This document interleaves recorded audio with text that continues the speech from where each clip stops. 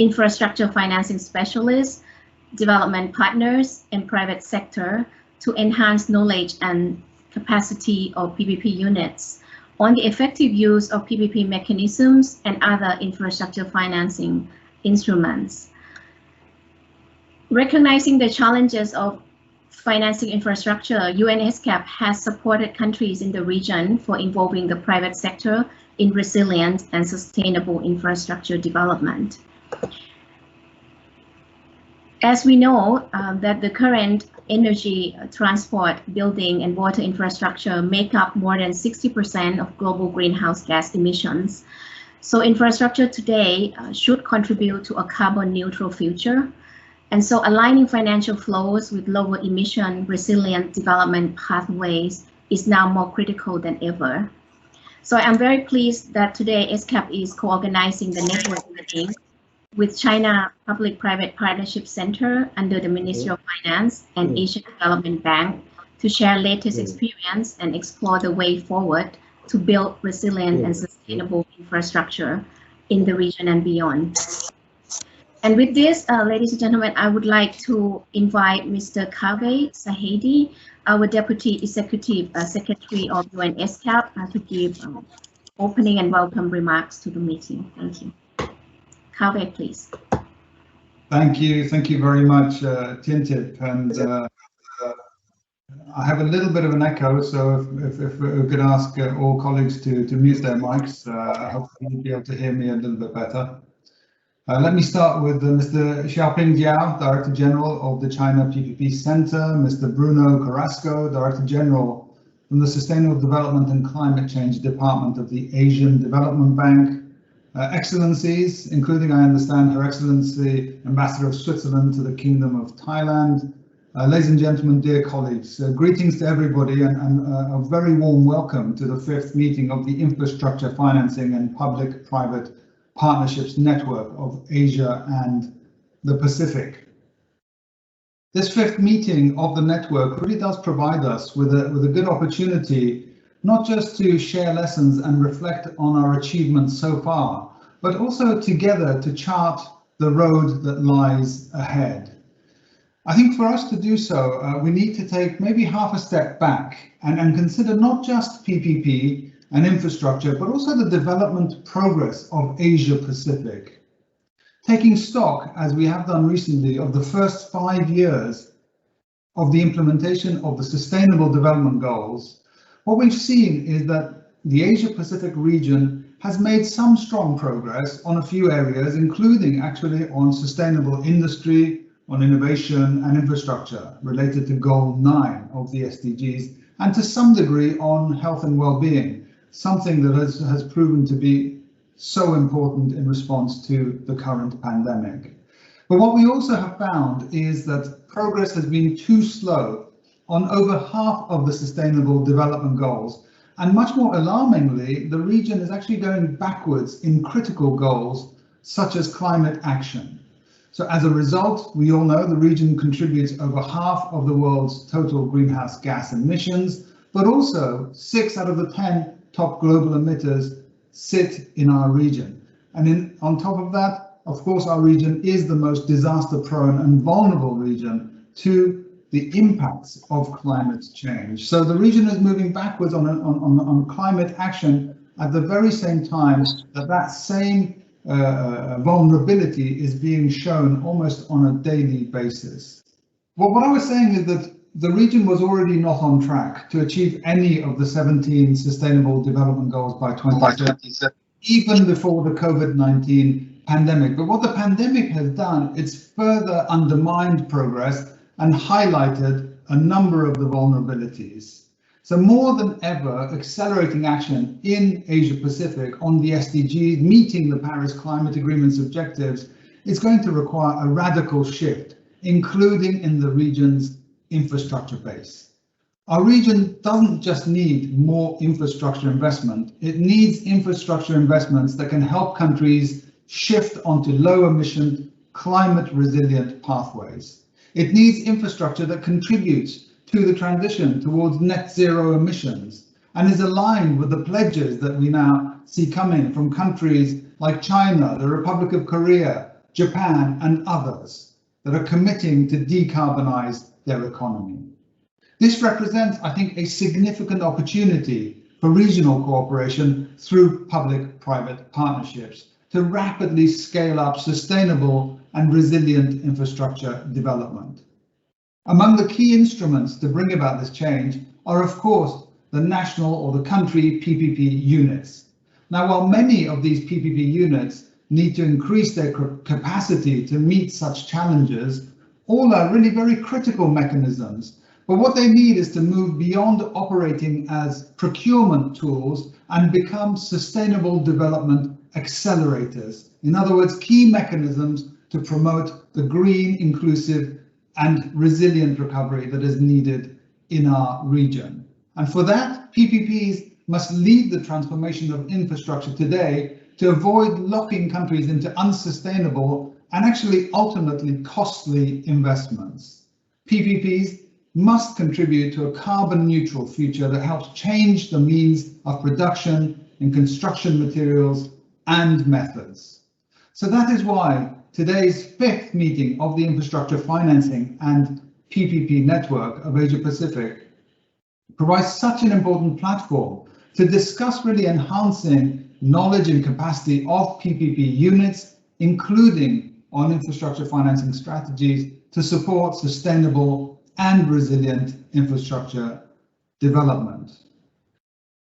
Excellencies, ladies and gentlemen, really it's with your help, our network, I believe, and we believe, can help stimulate and support governments to set the right incentives to mobilize finance away from emission-intensive projects and provide investments, climate policy and disaster risk reduction frameworks that support the rapid and crucial transformations required. Our network can also work with the private sector to leverage its expertise, to leverage its expertise, strength, and the ability to swiftly innovate in the face of climate change and disaster risks. Infrastructure financing and public-private partnerships network of Asia and the Pacific has to play a stronger role working with both government and the private sector, including through ESCAP's Sustainable Business Network, that I believe also has a strong participation in today's meeting, for which we're very grateful.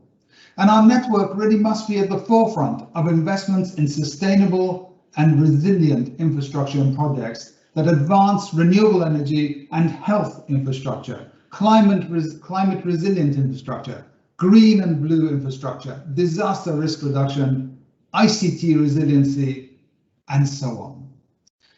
Ultimately, the success and indeed the sustainability of our network hinges on our ability to bring about the transformations needed towards sustainable, green, and resilient development in Asia and the Pacific. And to take us down that road, I pledge you the full partnership of ESCAP. Thank you all so much for joining today, and back to you, Tiente. Thank you very much, Kaveh, for comprehensive and inspiring insights to shape us and begin us with how we should, take a course of action towards achieving Paris Agreement and SDGs through this important network meeting. Next, I would like to invite DG Jiao Xiaoping, Director General of China PPP Center, who has been a strong supporter of this network since the beginning. DG Jiao, please. Distinguished Ms. Kaveh Zahedi, Mr. Bruno Kraslow, Ambassador Lerling Badiger, Editor, ladies and gentlemen, it's my pleasure to attend the 5th meeting of the Infrastructure Financing and the PPP Network of Asia and the Pacific. First of all, on behalf of China PPP Center, I would like to express my heartfelt thanks to ESCAP and ADB for your efforts in organizing this meeting. The world is slowly being out of COVID-19 pandemic, one of the ever grievous disasters of human beings. The lessons around the world show us again that the resilient infrastructure and public-private partnership have played a key role in fighting against COVID, reviving the economy, creating jobs, and safeguarding people's livelihood. In the past year and a half, 950 PP products have been procured with an investment of $320 billion in China. There also have been more than 700 PP products closed financially with an investment of $190 billion. In China, PP is beyond an infrastructure financing instrument, more regarded as an innovative supply mechanism of infrastructure and public service, with new momentum from the private sector. Easy access, sufficient competitiveness, and output performance payment scheme comprehensively ensure more high quality and cost-efficient delivery of public service than traditional means. PP have been widely applied in 19 sectors in China, and more than 7,200 projects has been commercial closure so far, with an investment of $1.8 trillion. In environmental and climate sector, more than 4,100 green PPP products have reached commercial closure with a total investment of $630 billion. In the battle against poverty alleviation in China in last 5 years, 33% of the out of poverty county have a top PP model for the development and revitalization. More than 980 PP products with an investment of $190 billion have closed commercially, covering traditional infrastructure, social public service such as school, cultural and sports facility, and modern agricultural industry such as tourism. This project effectively integrates all resources from government, market, and the community for the development in rural areas, mainly based on market mechanism. New models, new pathways, and new momentums bring new prosperous future for the rural residents in China. Regulatory framework is the only gold star. Nationwide institutional capacity building, such as supervision, transparency, and efficient service, is also important for good end. Since 2014, China has been building the national PP integrated information platform with advanced information technology such as blockchain, big data, clouds for online supervision, service, and information disclosure. All PP players at the platform, including government, private partnership, and financial institutions, are creating a unified, standardized, and transparent PP market. I think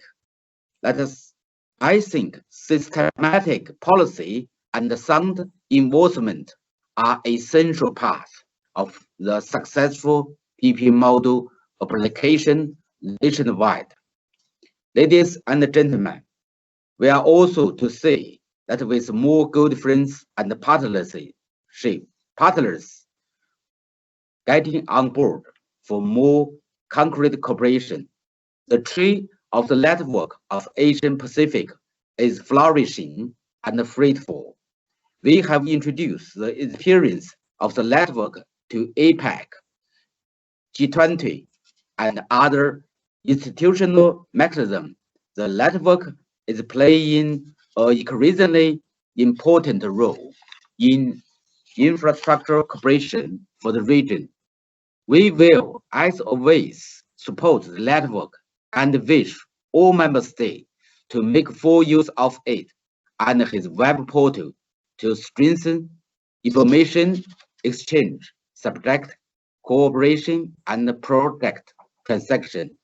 In order to achieve the UN Sustainable Development Goals 2030, we are willing to work with ESCAP, ADB, and the member states of the network to continue to promote PP module to improve infrastructure and provide high-quality public goods and services for coordinate and sustainable development of the economy, society, and the environment in the region. Finally, I wish the meeting a complete success. Thank you.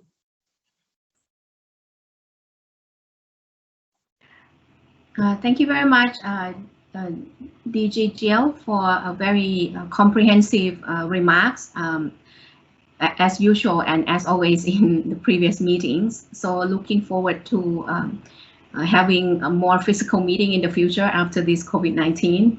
But for now, we'll maintain this momentum via virtual format. So thank you very much.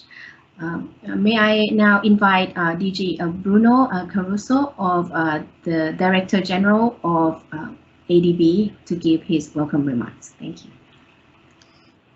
Thank you very much, Tientip. A very good afternoon.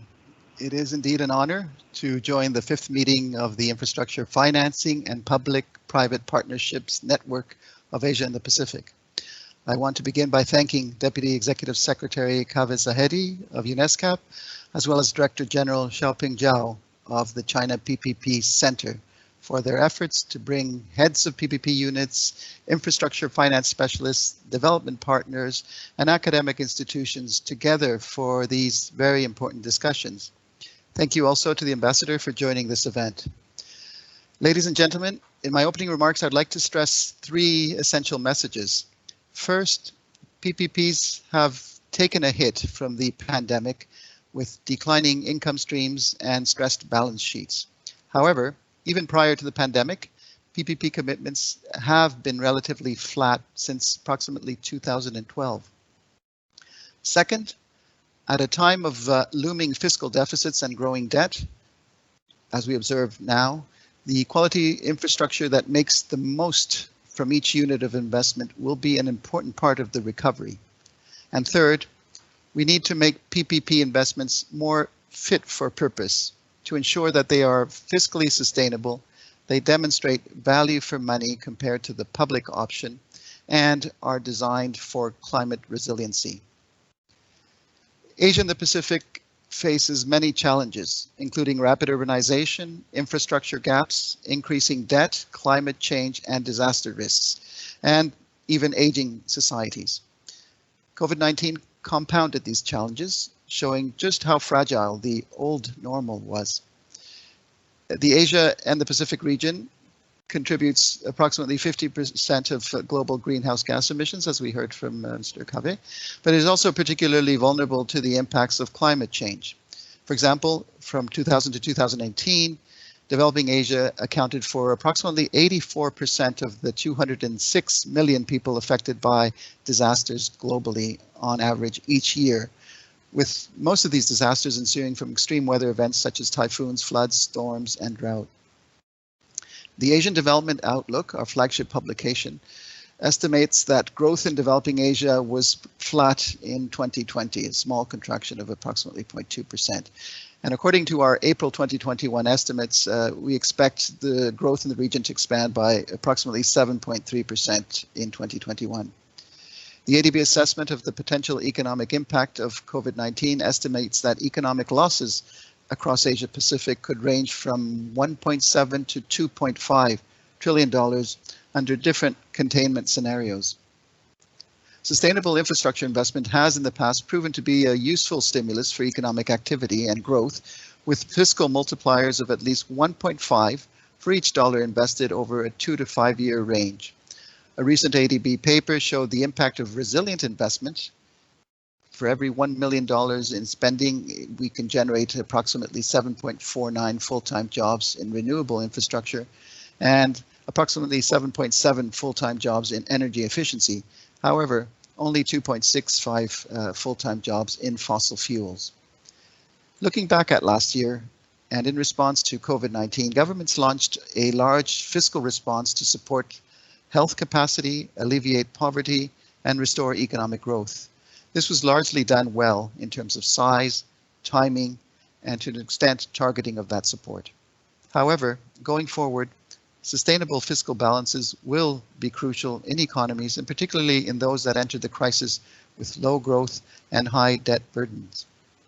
Domestic resource mobilization will also need to play a greater role to support infrastructure investment. At ADB's 2020 annual meeting, President Asakawa announced the creation of the Asia-Pacific Tax Hub, a regional hub on domestic resource mobilization and international tax cooperation. The Tax Hub will provide an open and inclusive platform for strategic policy dialogue, knowledge sharing, and development collaboration and coordination among ADB's developing member countries, and will be an essential component of the region's green, inclusive, resilient recovery efforts. Turning to the PPPs, at a time when infrastructure public-private partnerships are acutely needed, the global level of PPP transactions is declining, as I said at the outset. Not in every country, but on a widespread basis. The COVID-19 crisis has severely reduced new PPP investments and caused delays in existing projects. In developing and emerging markets, the World Bank Private Participation in Infrastructure Database again reported a reduction in PPP investment commitments in 2020 relative to 2019. South Asia, for example, had an 18% decline in new commitments, and East, Southeast Asia, and the Pacific registered a 75% decline between 2019 and 2020. In our own assessment, and based on in-house work, there are two fundamental challenges that we see for PPPs to become a more reliable procurement option, and with this, to attract private investment for infrastructure development. First, we need to improve the overall capacity for risk management in PPP transactions. And second, we need to develop upstream institutional capacity for project preparation and development to deliver planning relevant, fiscally sustainable, and climate resilient infrastructure. From a broader economic and fiscal management perspective, the challenges for governments would include to identify, price, and manage PPP risks that constrain the government's ability to determine the optimal level of guarantees and other forms of contingent liabilities to be contracted over time. This is an important challenge if we are to collectively address the value for money proposition and the foundations of PPP contracting. Planning and design must be efficient to reap the benefits of PPPs. IMF research has shown that developing countries lose on average about 30% of public investment due to inefficiencies, both in the planning as well as the project development stages. If governments get the planning and vetting processing right, they can improve investment efficiency for traditional infrastructure and PPPs and attract sustainable flows of private investment. Building government capacity, a major theme here, to plan, design, and prepare projects for PPP procurement requires that ministries of finance and other central entities work across government and consult key stakeholders to ensure PPPs are climate resilient, they deliver value for money relative to traditional investments, and are, again, fiscally sustainable. ADB and other multilateral institutions support capacity building across government, and not just the PPP units, but also in the ministries of finances, the line ministries, and other public investment related agencies. And this is critical as the counterpart to the traditional transaction advisor services and lending. What we have learned from our experience is the importance of providing a one ADB approach to developing member countries that integrate support for downstream finance and upstream, as well as midstream policy, regulations, and capacity building for project preparation. On this point, I would like to underscore that, again, we reap what we sow, and the more we can invest upstream in building capacity and creating an enabling environment, the greater the readiness and the better the quality of projects downstream to hand off to our transaction advisors. If we continue to invest in this process, we eventually can get a virtuous spiral or cycle where feedback from transaction advisors can regularly inform the upstream work. In closing, I'd like to express my sincere appreciation for the invitation to take part in this event. On behalf of the Asian Development Bank, we are strongly committed to working closely with the Infrastructure Financing and PPP Network. I wish your dialogue contributes to the urgent need to improve PPPs in a manner that is both inclusive, resilient, and fiscally sustainable. I wish you a very constructive engagement. Thank you very much. Thank you very much, DG Bruno, and it's very good to have you here as a partner to organize this event. Certainly, even though the UN tried to also increase the number of private sector participation in infrastructure development, the latest figures, as you mentioned, are not very encouraging. So I'm glad that we are here today to recognize this issue and to take the PPP work, which is already complex, to engage more private sector and make PPP more sustainable and climate resilient, as we aim or set out to do for the year 2030. With that, before we go on to the main session of the network meeting, I'm very honored to have here with us today a participation from the Swiss Embassy. I also understand that the ambassador of Switzerland is also here today, Ms. Helena Batlinger Tida, and we are also grateful for her presence. The next presentation will be,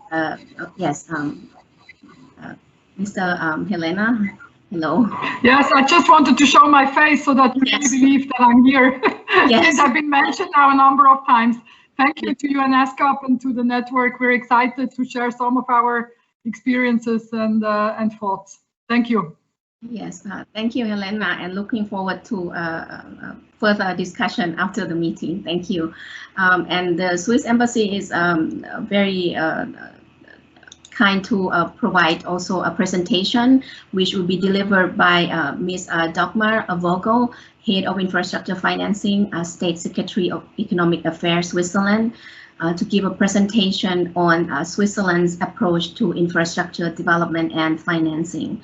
So may I invite Ms. Dagmar to take the floor, please. Thank you. Thank you very much, Excellencies.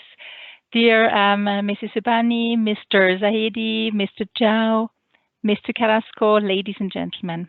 First of all, let me thank ESCAP for the kind invitation. It is an honor to talk today on behalf of Switzerland on Switzerland's approach to infrastructure development and financing. As we all know, infrastructure is a key condition for sustainable and inclusive growth. However, today we are facing a huge gap in infrastructure provision, which is amounting to even 1 trillion per year about. Therefore, governments have to spend substantially more to achieve sustainable development goals. However, as we have already heard, public funding will not be sufficient, even more so now with the tight public budgets under the current pandemic. Thus, to close this financing gap, emerging and developing country governments are increasingly turning to the private sector. The topic of today's event is therefore of highest relevance. For the same reason, Switzerland, with its Economic Development Corporation, has been supporting private infrastructure financing for many years. In order to reach a transformative impact, we support the improvement of framework conditions and the structuring of projects that allows to mobilize private financing. For instance, our support to the World Bank's Public-Private Infrastructure Advisory Facility, PPIAF, has helped a number of Asian countries to improve the regulatory framework to facilitate private sector participation in infrastructure. Another interesting initiative we have been supporting is the Private Infrastructure Development Group called PIDG, PIDG, which is mobilizing private sector investments in the renewable energy, transport, water and telecom sectors. Since its inception in 2002, so almost 20 years ago, PIDG has invested $4.4 billion. These have leveraged almost a tenfold amount in additional private finance. Roughly 1/3 of the pitch portfolio is located in Asia, with, for example, in Vietnam, 12 projects. Excuse me, please mute your microphone if you're not speaking. Thank you so much. So we have heard, even though it is difficult to have PPPs run under the condition we have today and in the last years, but there are success stories like, for example, from PIDG. I'm sure that over the course of the day, we will hear many other such success stories. While concentrating on how to close the financing gap, we should remain aware that sustainable infrastructure development can only happen if projects are prepared based on a long-term sector and urban development strategy, which are concerted with all the relevant stakeholders on different administrative and jurisdictional levels, and which ensure long-term financial viability, which means they include adequate funding for operation maintenance year for year. Consequently, a sort of continuum from infrastructure planning to infrastructure financing to infrastructure operation has to be taken into account from the very outset of the project. In addition, efficient, transparent, and responsive decision-making processes need to be ensured throughout this continuum. I would call this a good infrastructure governance.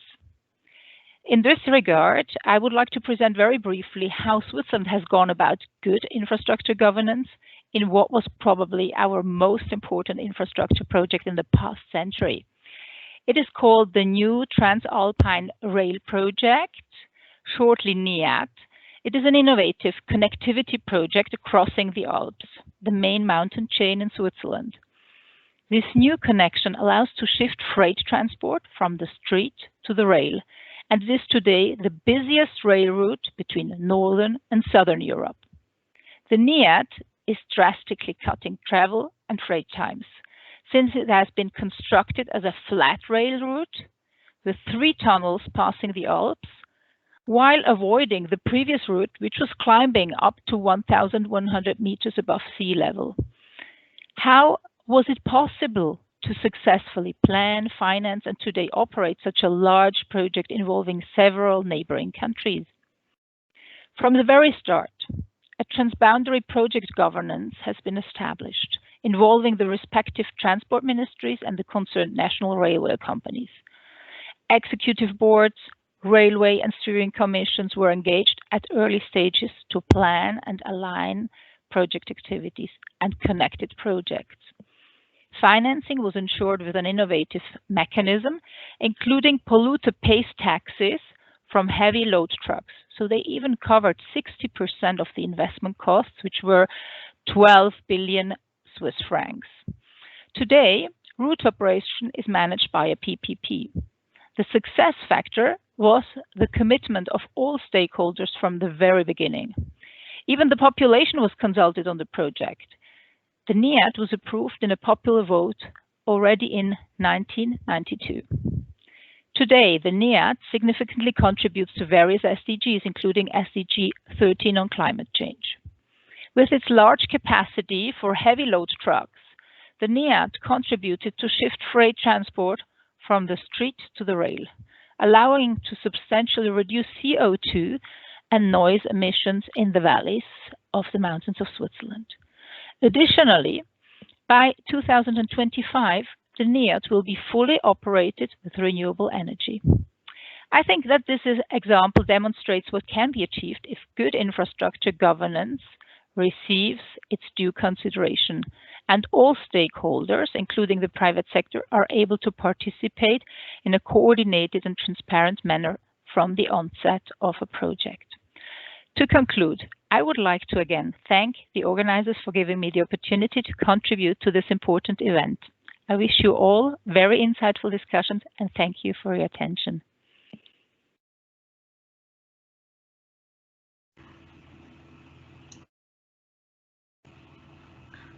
Thank you very much, Ms. Dogmer, for this insightful and good example that we can take on to consider when we further develop capacity building and building on pilot projects in these regions. With this, I would like to take this opportunity to thank you all the speakers in these opening sessions, and also would like to invite you all the speakers, for another important session, which is a photo taking session. So kindly turn on your camera. Also would like to invite representative from the embassy who's here. And ambassador, please also join us in these photo taking sessions, including the Embassy of China. Yes. So please, Eric, you can let us know if that's okay, and then we can stop smiling. Okay, I'm going to ask Khun Baini, how do you know how to do the photo? Once the photo's done, let's move on. So Baini, can you take the picture, please? Yes. Okay. Okay. 1, 2, 3. Smile. One more. 1, 2, 3. Thank you very much. Thank you. Sounds so I think we have a sound effect as well. Picture definitely taken. Yes. Thank you very much. Yes, and with this, I would like to move on to the main sessions of today's meeting, which will consist of 3 main sessions. Session 1 on the latest updates for the network, Session 2 on PPP practice sharing, and Session 3 on supporting quality infrastructure. And with this, I would like to invite Mr. David Aboni, Senior Consultant of UN ESCAP, to take the floor and start us off with Session 1. Thank you very much, and see you throughout the meeting. Thank you. Excellencies, distinguished delegates, ladies and gentlemen, it is my honor to welcome you to Session 1 of today's meeting. As Ajahn Tientip said, my name is David Aboni, and I am Senior Consultant with the Financing for Development section at UN ESCAP, and I will be your moderator for this session. Now, this session is for member states of the network and for private sector entities to present their latest PPP developments and case studies. And toward that end, today we will have the opportunity to hear presentations from Mr. Sungbum Ro, who is with the Public and Private Infrastructure Investment Management Center of the Korea Development Institute, Mr. John Patrick Antoni Sami from the PPP unit within Malaysia's Prime Minister's Department, and Mr. Paul Seaton of Fugro, a multinational firm specializing in geodata. We will also be hearing from Mr. Ziad Alexandre Hayek, President of the World Association of PPP Units and Professionals. But first, we will be hearing from my colleague here at ESCAP, Mr. Eric Roeder, who is the Network Coordinator on Sustainable and Resilient Infrastructure Development. In this session, we will be hearing from each speaker in turn, and then we will have a Q&A period at the end of the session.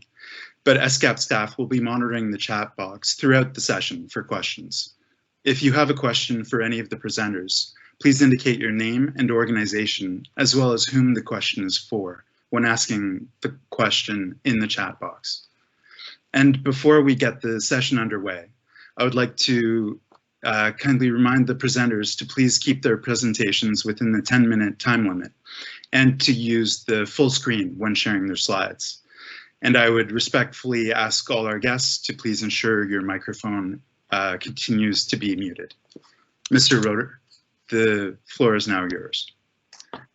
Thank you, David. Okay, I see that my presentation is up. This is good. So yes, I am the network coordinator for the Sustainable and Resilient Infrastructure Development PPP Network, and it's a role that I have just started. So I'm very fortunate to present today. And since I have a very short period of time, just let me give you a brief overview of the network. Next slide, please.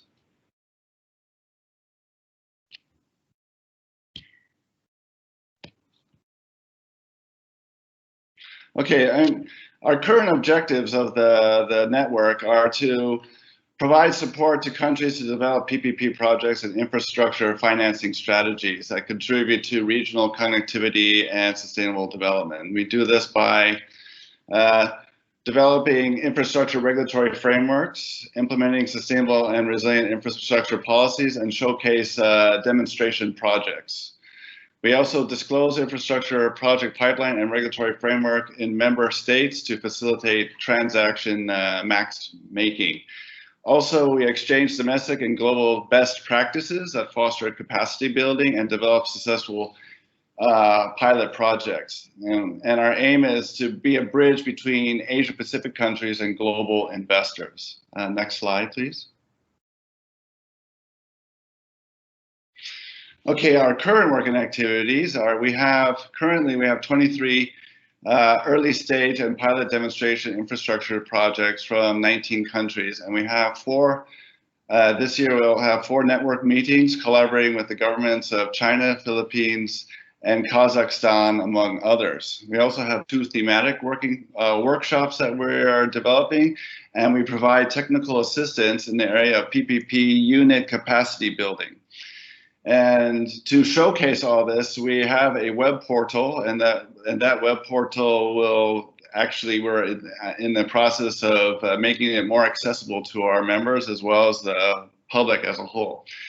And further, we plan to have an ad hoc PPP network meeting to discuss how we can provide more structures to this network. Okay, next slide, please.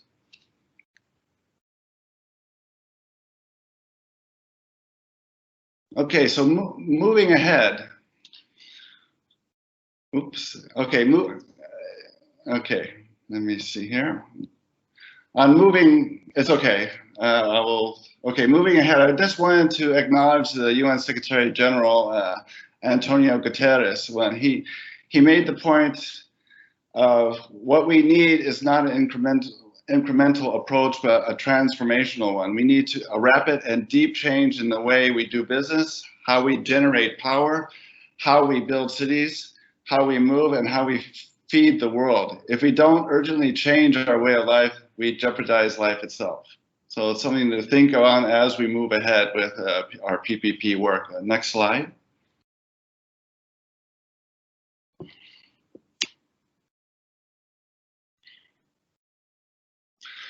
Okay, so together we're charting a road ahead, aligning with the SDGs and the Paris Agreement. Infrastructure today must contribute to a carbon neutral future that contains and also changing the means of production and construction materials and methods.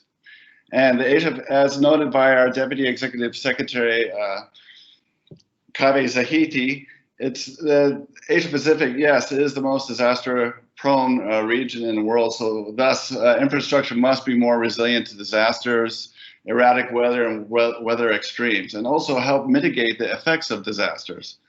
And further, as an unprecedented transformation of existing infrastructure systems is needed to achieve the world's climate and development objectives, this also means supporting better data collection to develop more resilient infrastructure.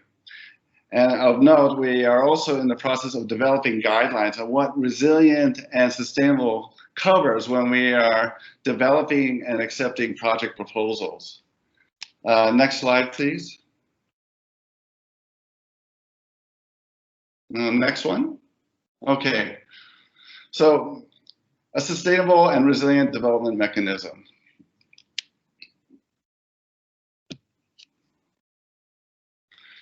Therefore, the network will also have to sharpen its focus on infrastructure that includes renewable energies such as solar and wind.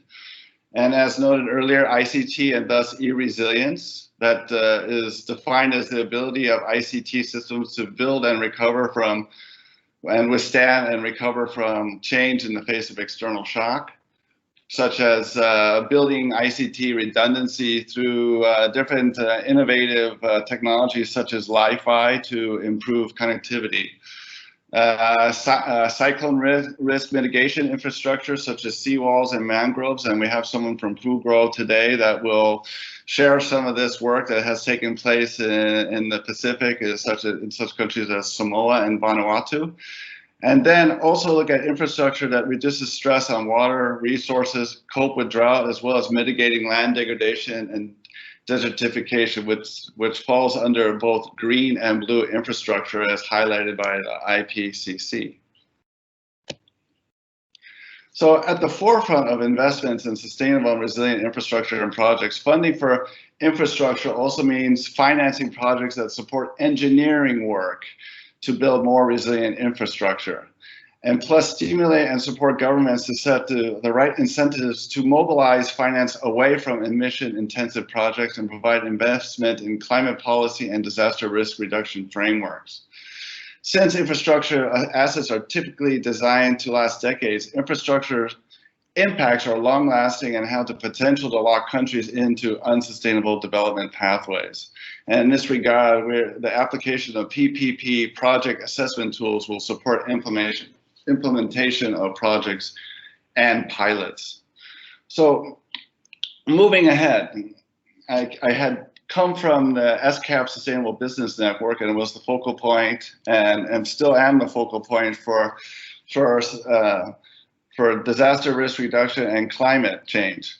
So a lot of what I'll be sharing is these are ESBN activities, yet they have many linkages with the PPP network, because we're bringing the public and private sector together to address certain issues. So the first one is augmenting tsunami monitoring. If you can see by the photos here, you see the top is an undersea cable being laid. And undersea cables can actually detect earthquake and tsunami signal, and as well as the middle photo shows stationary infrastructure such as oil rigs. All these things can be used to detect tsunami signal. And thirdly, ships can also can detect the tsunami signal. And how do they do that? Is because they have high accuracy GPS that can pick up a signal that's very different from surface waves and can be moving across the ocean at only 4 centimeters in height, yet all this infrastructure can pick this up.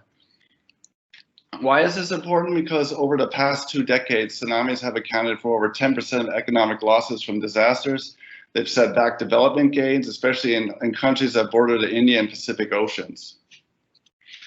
So why are we doing this? What happened to all these buoys that countries have and so forth? Well, we're actually supporting countries. What we're doing is we're augmenting tsunami monitoring, because often countries are faced with having their buoys vandalized, or they're hit by vessels. They're exposed to theft. People actually steal all the equipment that's on these buoys, and they simply just detach from their moorings and drift around in the ocean. And it's also very expensive to maintain this type of equipment. So this is where the private sector can come in, and we can build redundancy. It's not the more ships that do this, the more accurate information that we can provide to an early warning center, such as in Indonesia. So just to show who's involved in this is ongoing work.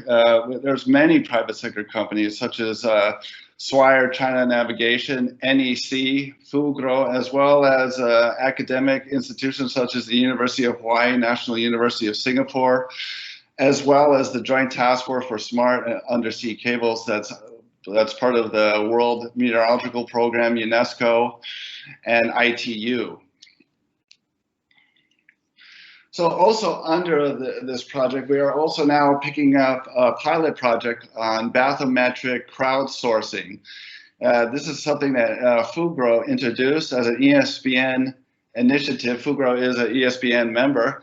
And what it does, what we will do is undertake bathymetric, which is underwater equivalent to or topography of undersea mapping via crowdsourcing. All large vessels such as container ships have this equipment on board, so as they're sailing, they can map the ocean floor, and this information is accurate and produces high resolution bathymetric maps that are essential for simulations of tsunami wave inundation along beaches. These maps can also contain information on the depths and landforms below sea level. And secondly, also under the tsunami project, we are looking at coastal zone mapping for more resilient infrastructure. And this is also something that our ESBN member has taken up to provide better understanding of how storm surge, tsunami inundation, and other types affect coastal zones, and help build better evacuation plans and support engineering and seawalls. Another project that's also part of ESBN, but it brings together the private sector with the public sector, are strategies on reducing and utilizing CO2 for cost-effective business. This is a project that is under the Climate Technology Center and Network, ILO, and then IGES and UNFCCC, and Global Cement and Concrete Association. And this has brought together companies from the cement sector, such as Dalmia Cement, and then from the garment and textile sides, we have H&M as part of the project. And there's a large number of companies that are involved here. So why are we bringing these two sectors together? Is because the textile and garment sectors accounts for a significant proportion of global carbon emissions. Estimates range between 6 to 8% of global totals. And the cement industry is responsible for approximately 7% of global anthropogenic carbon emissions. So together they have a large profile. So further, the cement industry, for example, also in terms of infrastructure, technology is available using nanofibers to improve fatigue resistance and self-monitoring behavior of concrete. And this is just mixed into the cement before it's poured. Excuse me, Mr. Roeder, could I ask that you please begin to wrap up? Thank you, David. Thank you for that. Yes. Okay, we're also touching on addressing water scarcity in the resort industry and tourist-reliant communities. That's an ongoing project that we're picking up again. We're also looking at the blue infrastructure, and the ROC was blue infrastructure. Now there's ways to increase water flow to the South ROC, and this is addressing how to grow cotton using less water. The technology is there. ICT and space technology for sustainable development, using remote sensing to track plastic waste and help remove it from the ocean. Monitoring abandoned fossil fuel infrastructure, as the Asia-Pacific region has thousands of abandoned undersea oil wells that need to be monitored. And finally, controlling desertification and land degradation and its impacts of infrastructure. A lot of work has been done in China and with the private sector there. And so we will call upon them again. And also thinking about when we build infrastructure, thinking about the green infrastructure that goes behind it. It means protecting the watershed behind the dam. Don't cut the trees down. If you do that, then you're causing erosion, and soil will back up behind the dam and completely block the turbines, and then eliminate the opportunity to generate electricity. So these are all things that we need to think about as we move forward. And thank you so much. We can take more questions afterwards. David, back to you. Thank you, Mr. Roeder. That was a very thorough overview, and you raised many interesting topics and initiatives. Next, we have Mr. Ziad Alexandre Hayek, President of the World Association of PPP Units and Professionals. Mr. Hayek, the floor is yours.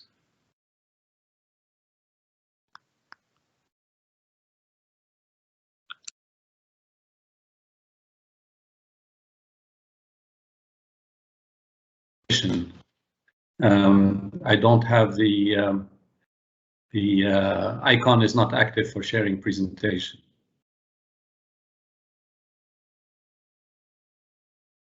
Very good. Thank you very much. Thank you, Ms. Liu.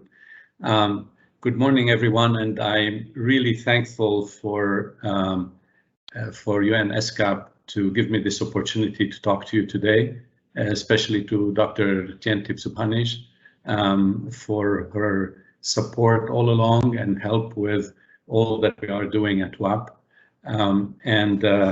I don't have in my presentations photos as impressive as shows that Mr. Roeder has showed. I love his job. I want his job. But I'm here to tell you a little bit about WAP, what we do. So next slide, please. WAP is a Geneva-based global independent non-governmental organization. So we are totally independent. We are an NGO. We have two main objectives.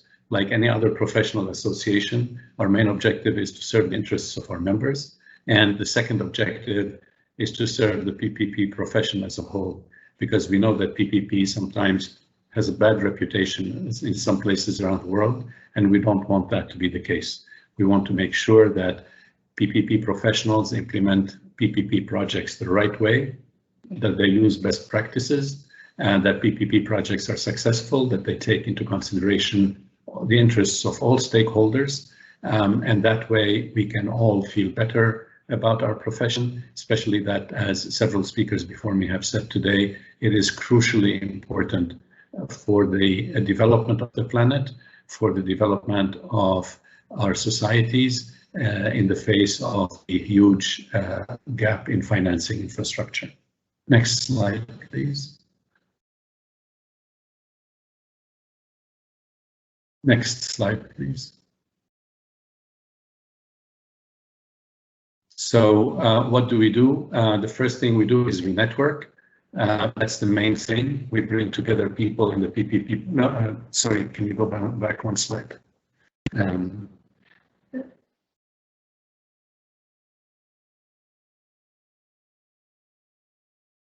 Back one slide. Maybe there's a delay. I don't know.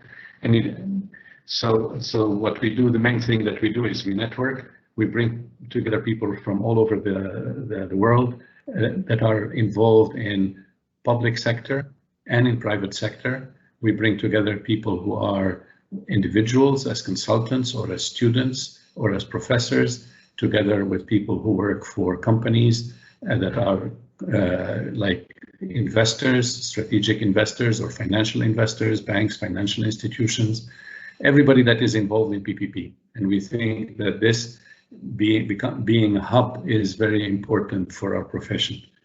So what goes on as a network? As a network, we all share experience and know-how. We give access to people for finding job openings or consulting contracts. We help PPP units find investors or consultants. We help investors find projects. And we have something called a PPP peer recognition program. This is because we think that the CP3P training program, while very important, is not sufficient. We think that if you study, you can get certified without ever having done a PPP project. So we recognize people who have more than 10 years of experience in doing PPP projects. And so any one of you here today that feels that they have this qualification of having worked for more than 10 years on PPP, please join WAP and apply for the peer recognition program. The picture that you see here is from our recent annual gathering, our annual congress.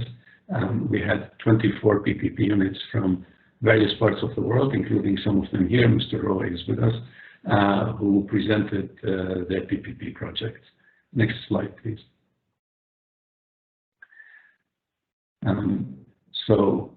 We engage.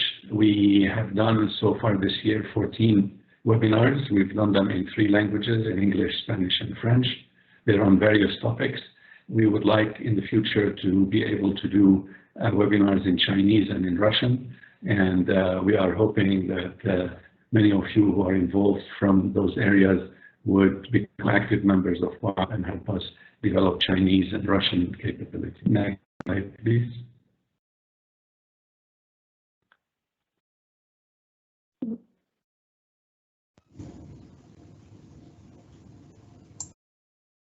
Well, while we're waiting for it, we inform. So we have a lot of ways of sharing information. We have our quarterly magazine. We have the PPP Times, which is twice a month publication that lists what's going on in PPP world.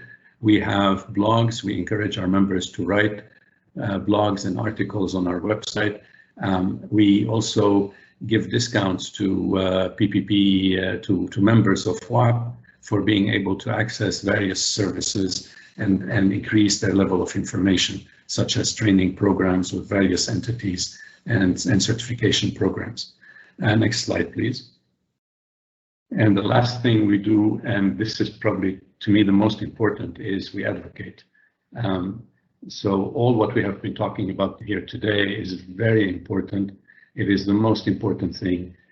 We are big supporters of ESG, of People First PPP, of best practices, of involving NGOs with PPP. We think that NGOs can play a huge role. We should not limit PPP to public and private companies, like for-profit companies, but private can also be for non-profit.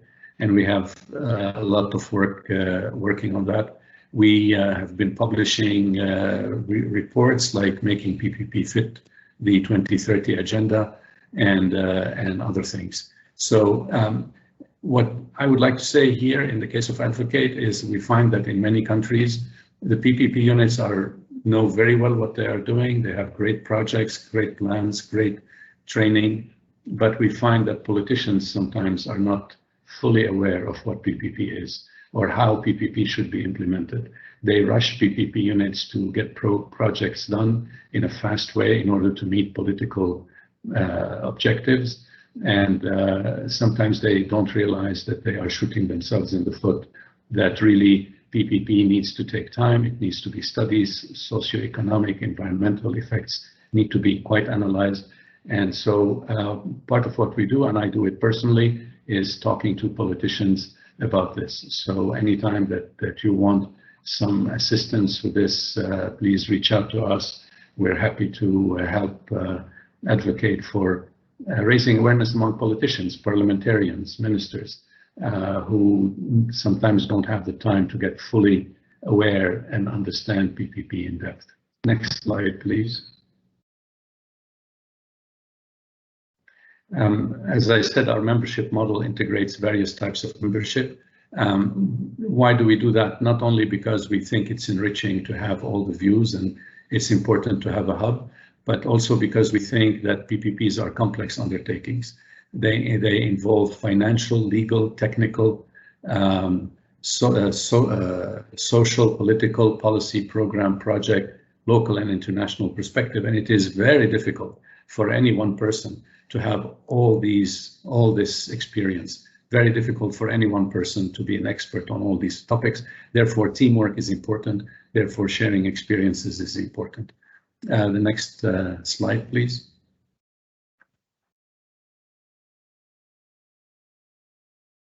It's about our structure. So we have a steering committee that decides on the direction of WAP. We have an executive committee that implements what is decided. But the most important thing are the chapters. We have regional chapters. The Asia Pacific is one of them.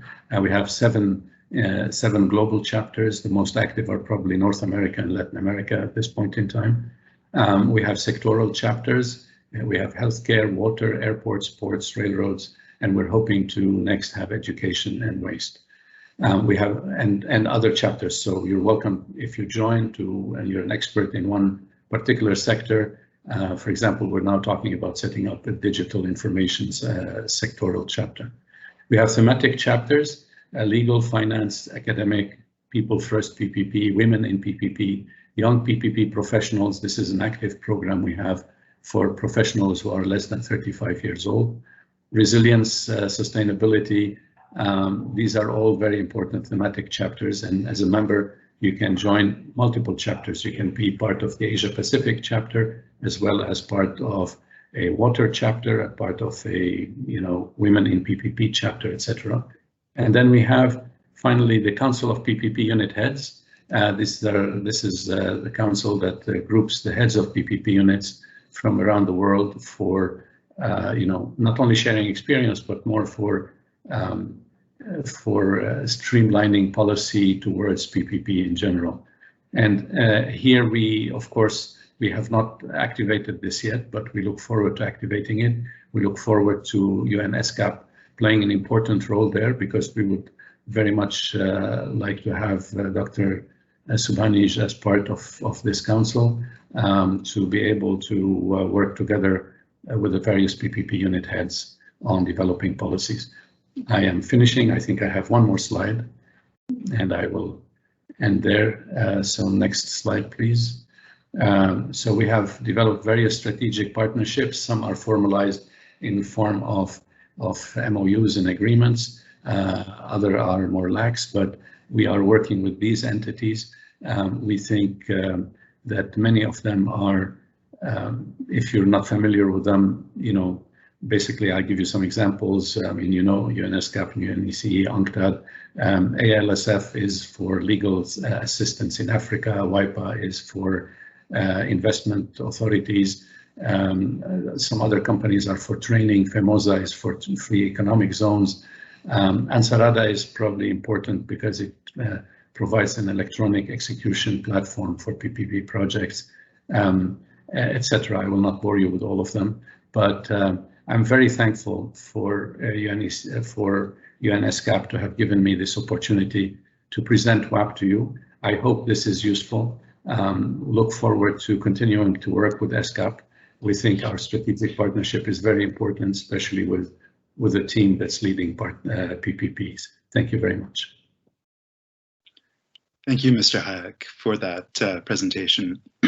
Of course, I've heard of WAP several times, but it was very interesting to get a more in-depth perspective into what your organization is all about. And up next, we have Mr. Sungbum Roh, who is the head of the Global Cooperation Team of the Public and Private Infrastructure Investment Management Center with the Korea Development Institute. Mr. Roh, the floor is yours.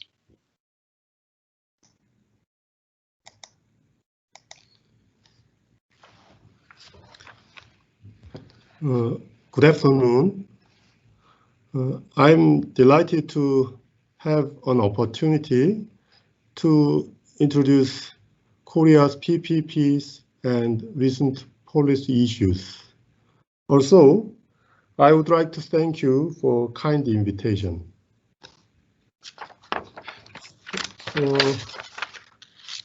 By the way, can you see my slide? No, we can't. Oh.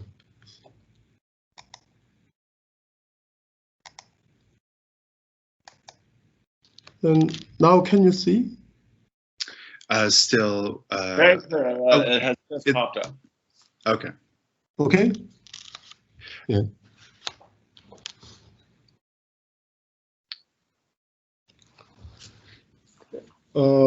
My presentation consists of 3 parts.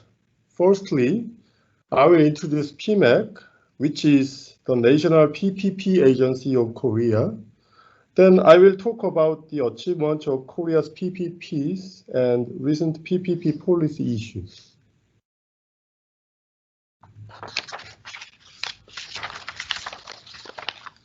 PMAC is an affiliate of Korea Development Institute, Korea's leading think tank. PMAC serves as a gatekeeper of public investment by enhancing the effectiveness and transparency of public and private investment management. Main tasks of PMAC are evaluation of government finance projects and public institutions investment projects. As for PPPs, we evaluate PPP projects, provide technical assistance for competent authorities, and conduct policy researches. We also provide education and training programs and engage in international cooperation in the PPP field.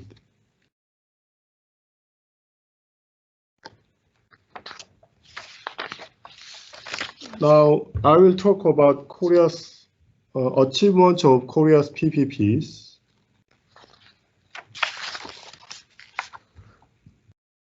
The blue line shows the number of projects, and red bar graphs show the amount of investment from 1992 to 2020.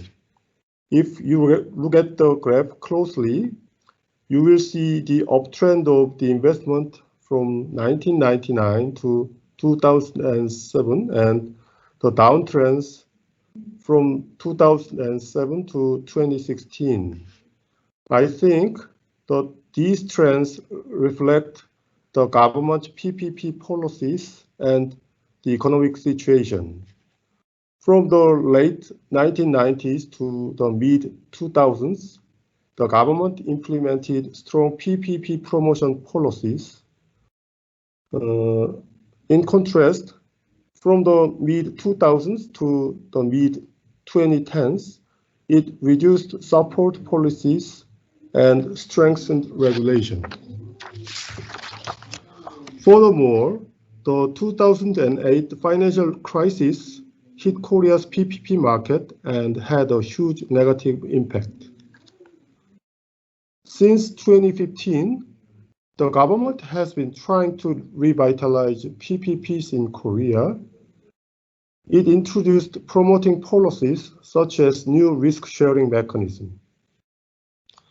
Currently, we are observing the effect of new policies. Investors' interest in PPPs has increased, and actual investment has been increasing slowly. We are expecting the PPP market will grow stably.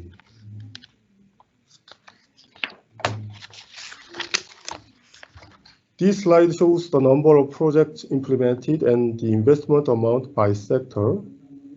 In terms of the number of projects, education, environment, and defense rank high. In terms of investment amount, road, including express highway, ranks at the top, followed by railroad environmental facilities. Now I will move on to the next topic, recent PPP policy issues.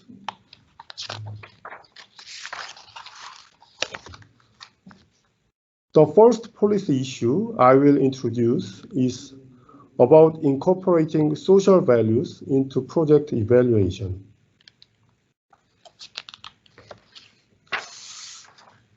This slide shows the process of PPP project evaluation.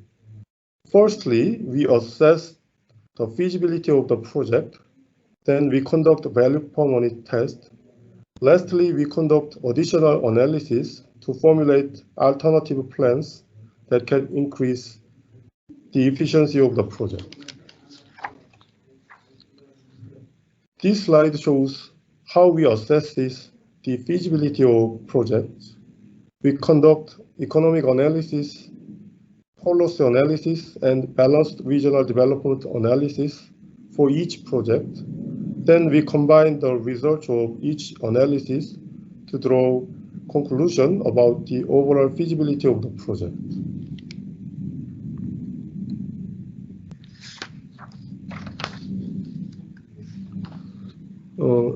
Recently, social demand to weight various social values more in project evaluation has been increasing.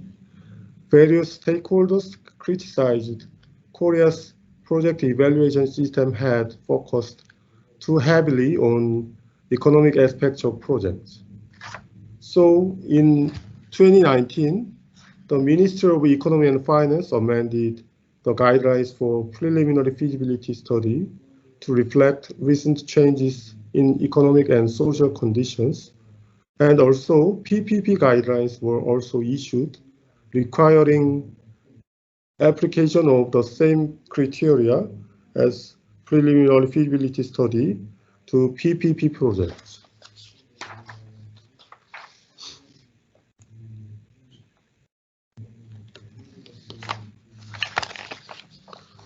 The table on this slide shows the changes of wage. Before the reform, the wage for economic policy and balanced regional development analysis were 35 to 50%, 25 to 40%, 25 to 35% respectively. After the reform, the government decided to divide the national territory into two categories, Seoul metropolitan area and non-metropolitan area, and apply different standards to each. In the case of Seoul metropolitan area, balanced regional development analysis was abolished.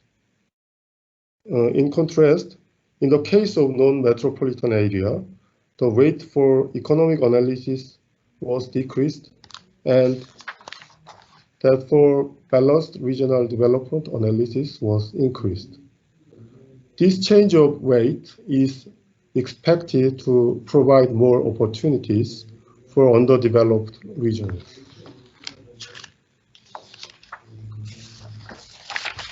And this slide shows the changes of evaluation items for policy analysis. After the reform, preference of residents, living conditions, safety were added to the evaluation items. We are expecting the new items will better reflect the needs of people in the project evaluation process.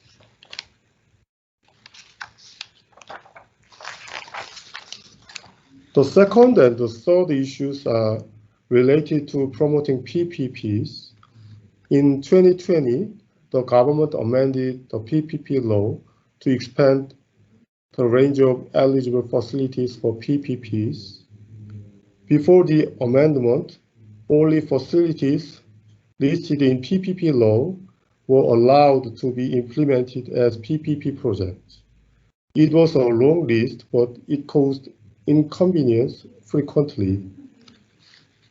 After the amendment, government is expecting the amendment will help widen the PPP industry and innovate infrastructure. And when it comes to user fee model projects, managing demand risk is critical factor. Korea has changed the policy on demand risk allocation several times, and it has affected PPP investment substantially. The government abolished the MRG, which means marginal revenue guarantee, in 2009, and due to this measure, PPP investment had shrunk. And after that, in 2015, the government wanted to reverse the trend, so it introduced new risk sharing mechanism. The basic concept is the concessionaire recovers each investment cost by collecting user fees, and at the same time, the procuring authority guarantees a certain portion of the cost. In addition, in 2020, the government added another model which combines the user fee model and the lease model. As of December 2020, 7 projects with new risk-sharing mechanism have reached financial closing, leading to $4.1 billion investment. My observation is the new risk-sharing mechanism has been contributed to promoting PPP investment in Korea, and with the government's risk-sharing, the level of expected IRR, or internal rate of return, has fallen significantly, leading to better value for money.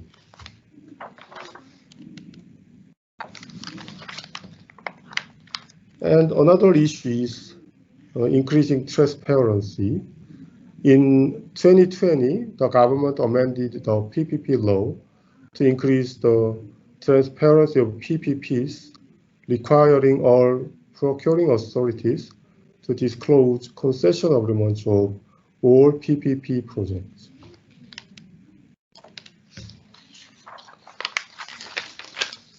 The last policy issue is related to the COVID-19 pandemic. After the pandemic outbreak, we changed the PPP training and education method from offline to online. And you can see on the table, the number of participants increased enormously. We believe the change of delivering method made the access to the programs a lot easier and contributed to wider dissemination of knowledge and experience. This is all I prepared. Thank you for listening, and again, thank you for invitation. Thank you. Thank you, Mr. Rowe, for that presentation. Korea is recognized as a world leader in PPP, so we're very grateful for you sharing Korea's experience in that perspective. Now, up next, we have Mr. John Patrick Antonisamy, who is Deputy Director General of the PPP unit within the Prime Minister's Department of Malaysia. So, Mr. Antonisamy, the floor is yours. Thank you, Mr. David. Very good afternoon to colleagues, ladies and gentlemen, Your Excellencies. Allow me to share a presentation today on the just one case study, which is the Children's Specialist Hospital. Malaysia has leveraged on PPP projects for more than 40 years now, since we started in the early 1980s. And we have found it has brought good spillover effects to the economy. The private sector takes on the projects, they take on the financing. So the risk of financing is on the private sector. And the spillover effects, it has generated lots of activity in the capital market, and there is an amount of certainty where the government is committed to make payments for all these projects, so the projects are value for money.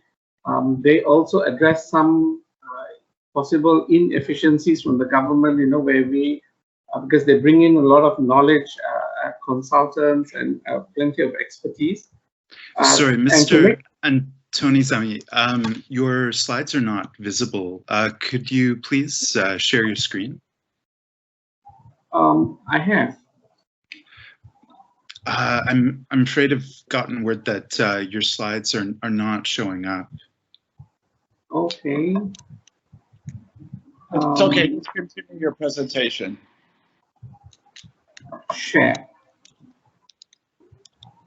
Okay, sorry. Let me try this again. Yeah. Go into this.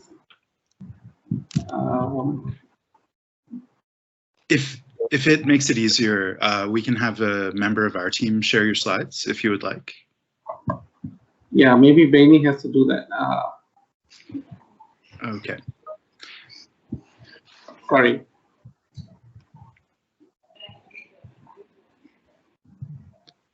Okay, so slides are up. Okay, the slides are here. So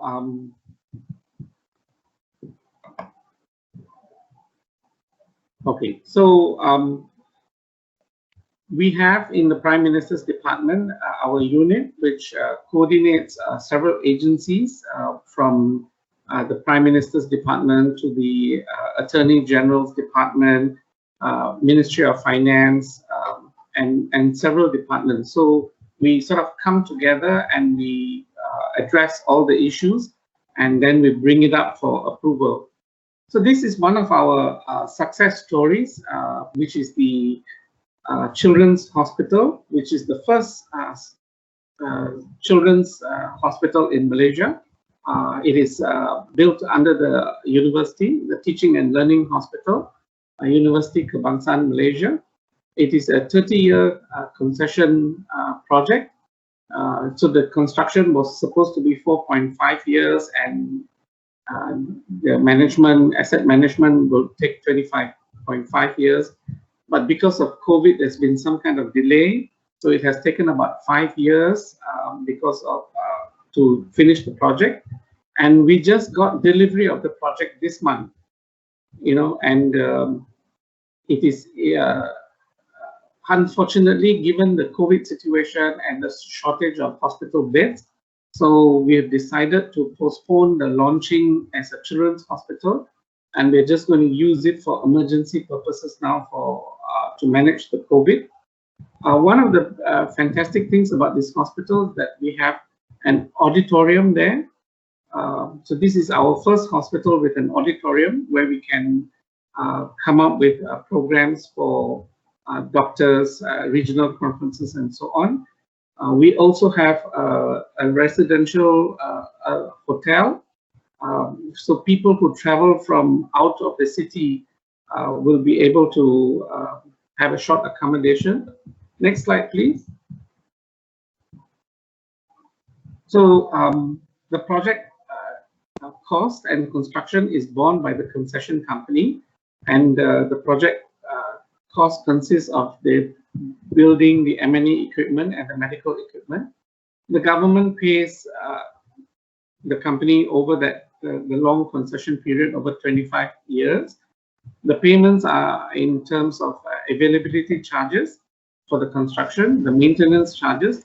What we do is we package the maintenance for the rest of the 25 years into one long session.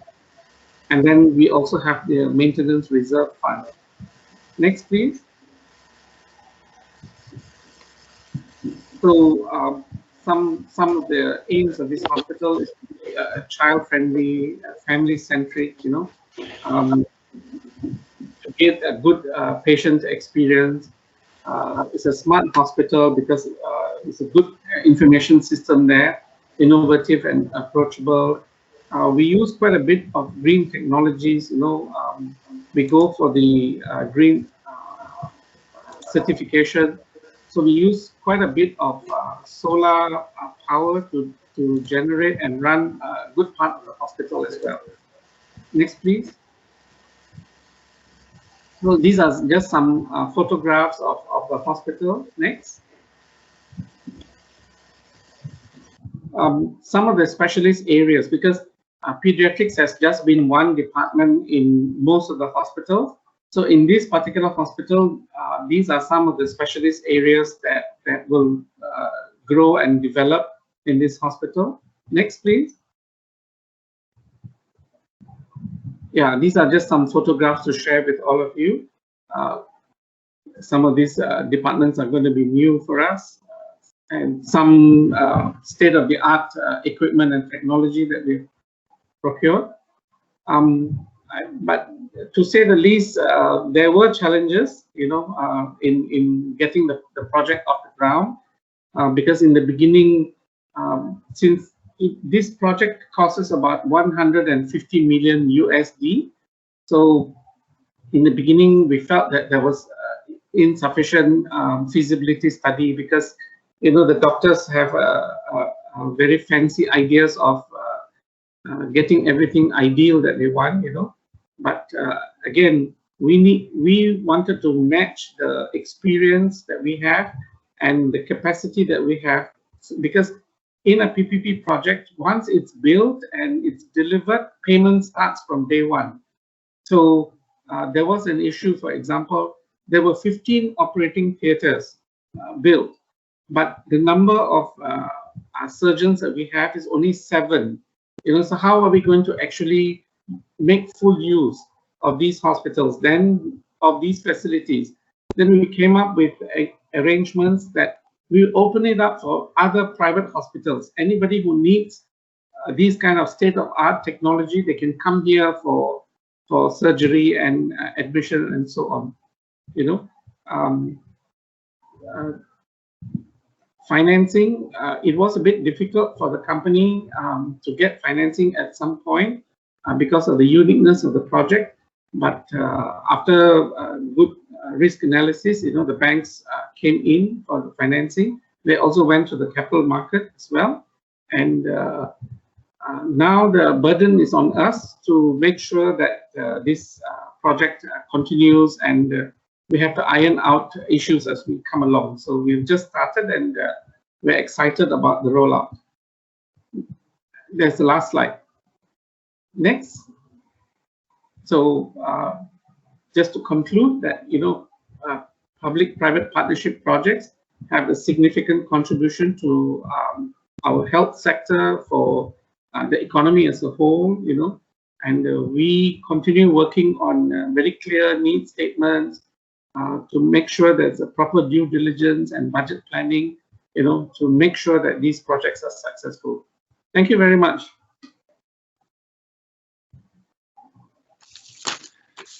Thank you, Mr. Antoni Sami, for sharing that case study.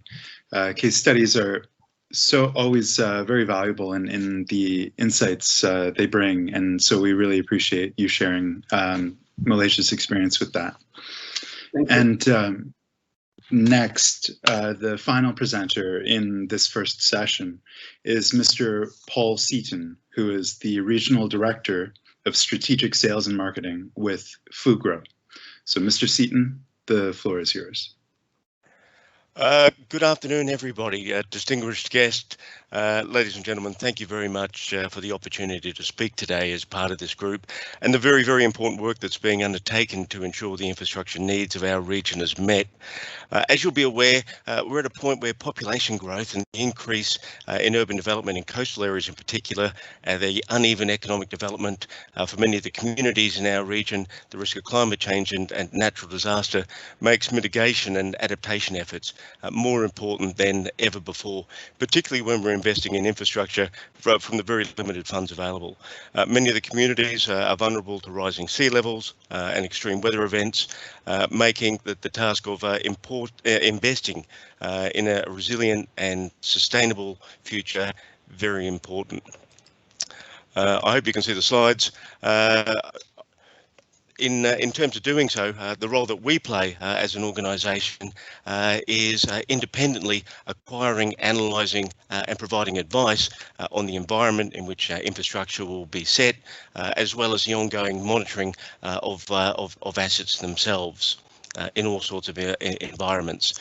So the key message that I'd like to put across at the start is geodata for any infrastructure investment, particularly in private-public partnerships where performance is critical, is heavily dependent on having the right geodata available at the start so that the right investment decisions that can be made.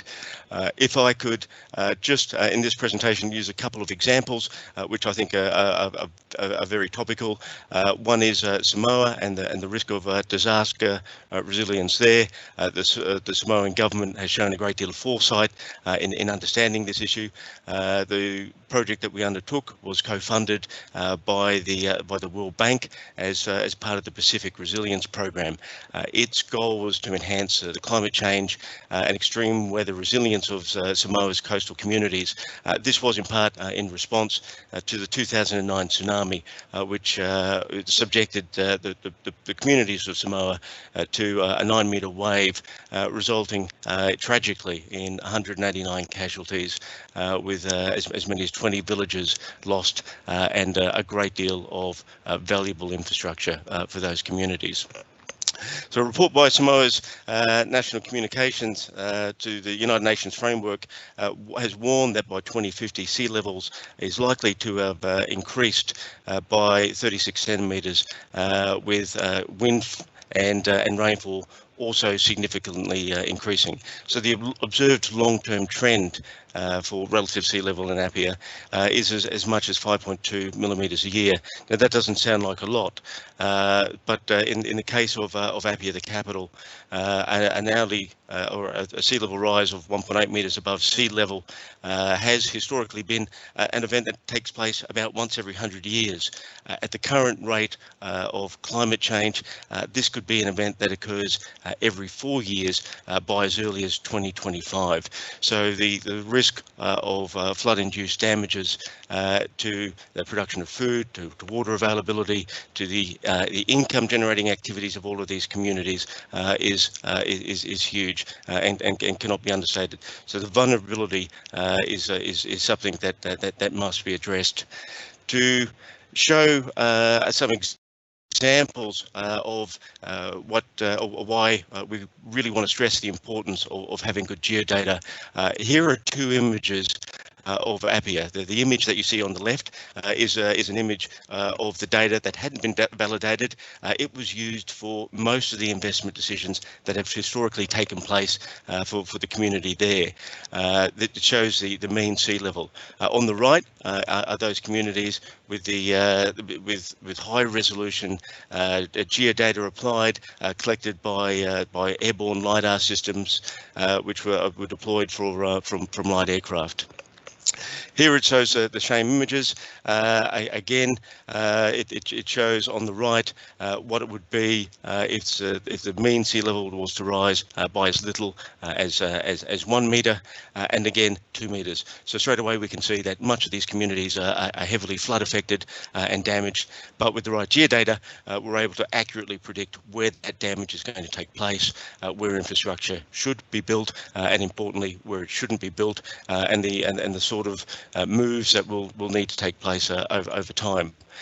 Just highlighting the development that is taking place in our region. There's a couple of pictures that were taken 10 years apart, so not unlike many other Pacific nations in particular.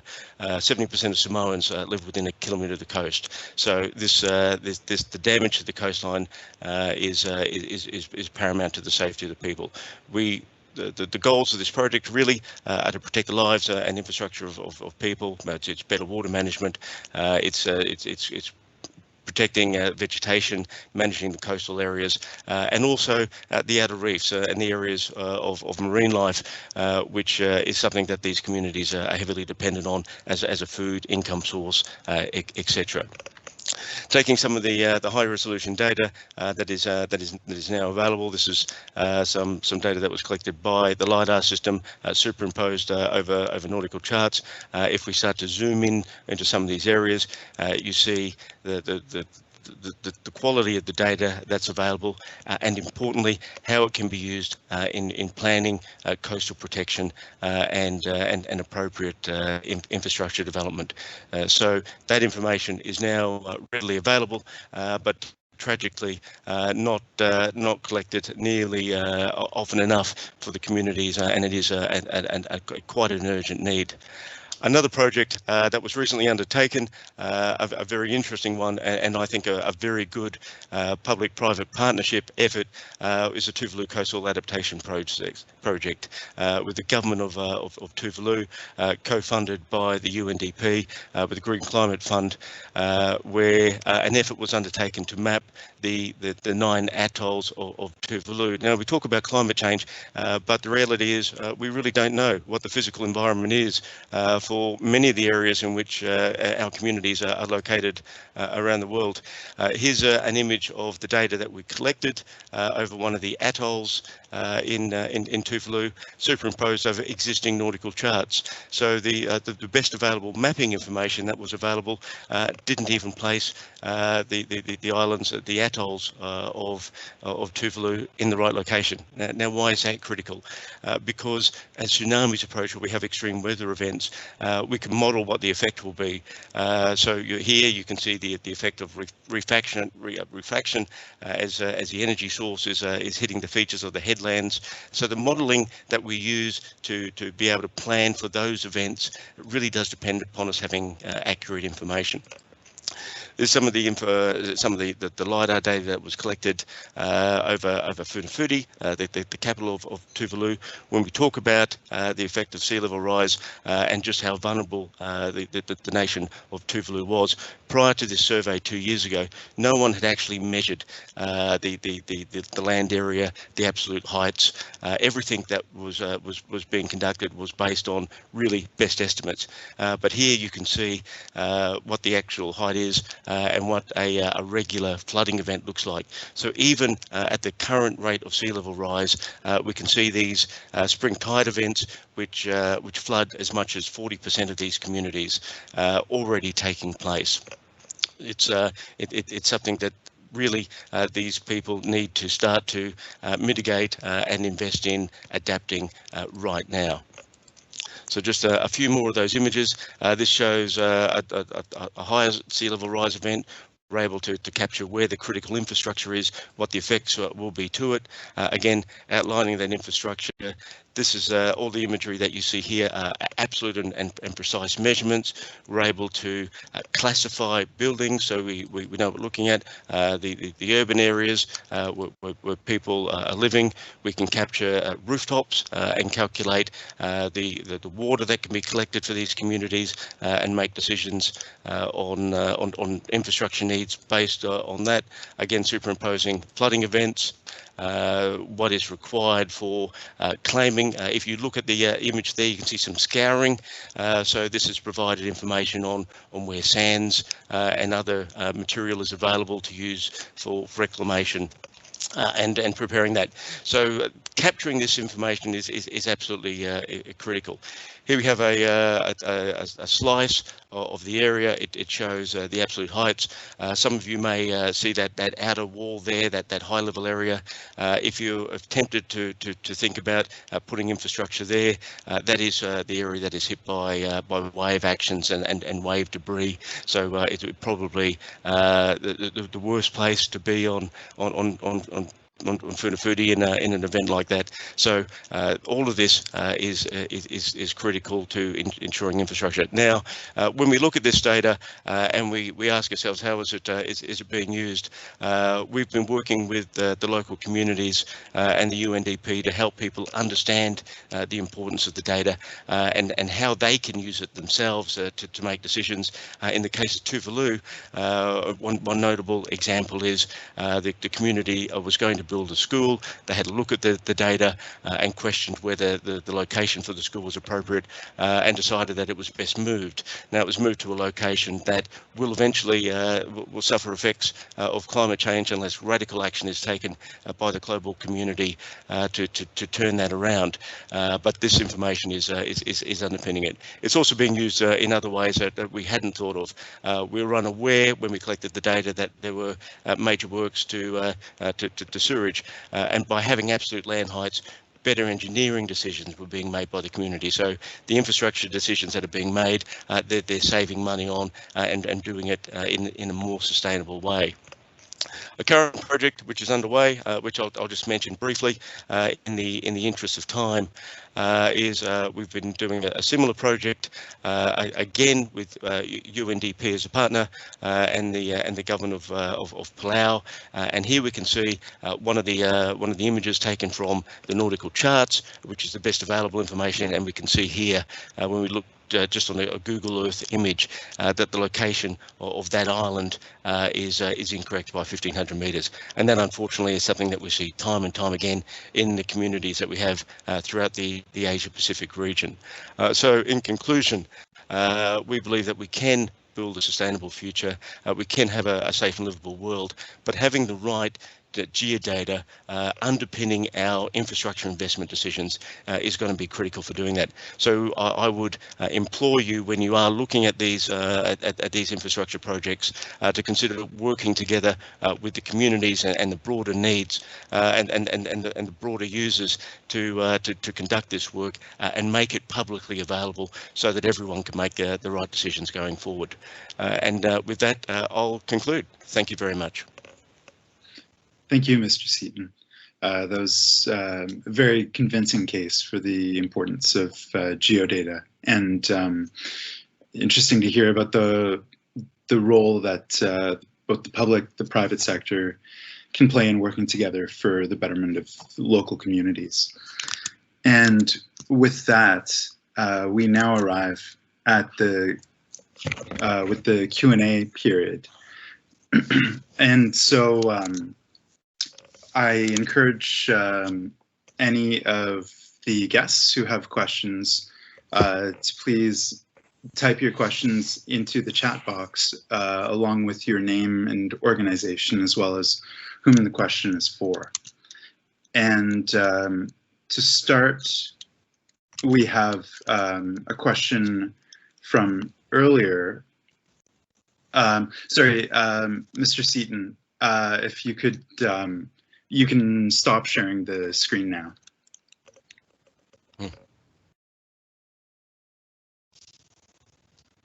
Thanks. And so again, encourage anyone who would like to know more about any of the presentations to write in with a question. And we can start with a question from earlier from Ms. Heather Lynn Taylor-Strauss, who works in ESCAP's Trade, Investment and Innovation Division, focusing on FDI. And she had a question for Mr. Hayek.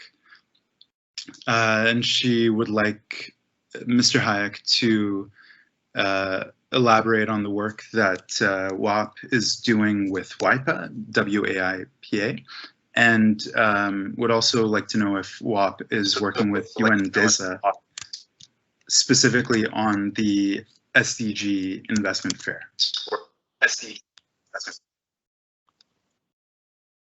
Sorry, Mr. Aboni, I heard the first part of the question about WIPA. The second part, the line was bad. I did not hear it. Sorry. The second part of the question was, is WAP also working with UNDESA specifically on the SDG investment fair? Thank you. Thank you for these questions. With WIPA, we're in touch with Mr. Bostian, who's the head of WIPA, and we are working on formulating a formal agreement. It's not there yet. We're hoping to have it ready by the time that WIPA has its formal or has its annual meeting in the fall. So this is something that is in progress but not finalized. Regarding the UNDESA, we are in touch with UNDESA through various members of our association and of the steering committee, but I don't believe we are specifically working on a fair or anything like that. So would love to hear more information about it if there is. Thank you. Thank you, Mr. Hayek. And I actually have a question for Mr. Rowe, specifically about the structure of Korea and PPP. It's, from my understanding, Korea's institutional structure is very interesting and very unusual, with PMAC in KDI technically outside the government, but clearly the structure is very effective. But it's a contrast to the typical structures where the PPP unit is inside the government, for example, as part of the Ministry of Finance or attached to the executive branch. So, Mr. Rowe, I was wondering if you could please elaborate on what the experience has been with this institutional structure and what the benefits have been, and if there are any challenges or lessons.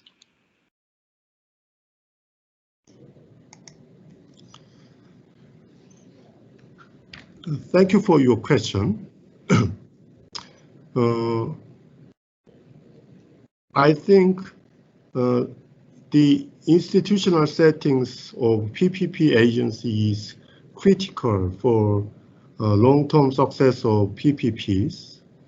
As you know, PMAC is on part of KDI, National Research Institute. So we have independent status from government. However, we usually work very closely with the Ministry of Economy and Finance. and also with procuring ministries and other municipal governments. And we always try to maintain independent and objective standpoint, but it has been not easy for us. Nevertheless, we try to maintain some independent position.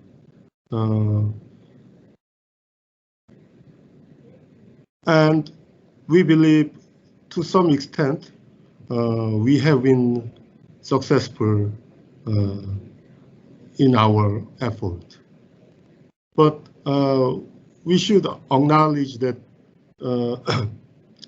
to some point we need to cooperate and listen to the voices of Ministry of Economy and Finance and other procuring authorities. The important thing is maintaining balance between independence and cooperation.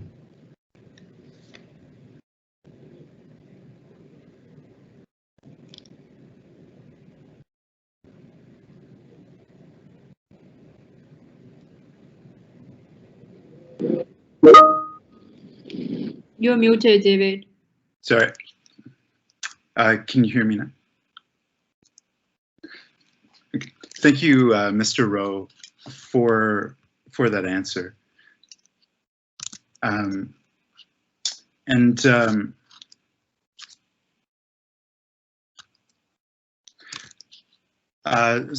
Sorry, I see from the chat that we have a question from Rinzin Pemo, PPP Bhutan. Could we ask them to please clarify whom the question is for, or if it's for, or whether it's for someone specific or a number of the presenters? In the meantime, we have another question for Mr. Rowe from, say, Irina. Mr. Rowe, do you provide online trainings for foreign government or private sector in English? And if you don't, do you plan to do so in the future? Thank you for the question. Before the COVID-19 pandemic, we provided training programs for foreign government officials, but it was on a project basis, depending on particular arrangement with international organizations such as Inter-American Development Bank. For now, we do not provide training programs for foreign countries, but if there is a need and if some conditions can be met, we can discuss providing programs for foreign government officials in PPPs.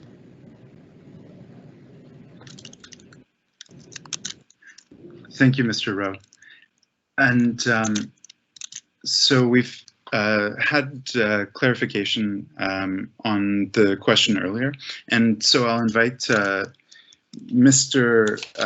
Antoni Sami to answer the question, two-part question of what the impact of COVID-19 has been on PPP projects. And the second part is, how wise will it be to venture into PPP projects during this unprecedented time, since PPP contracts are already under stress due to COVID? Thank you, David.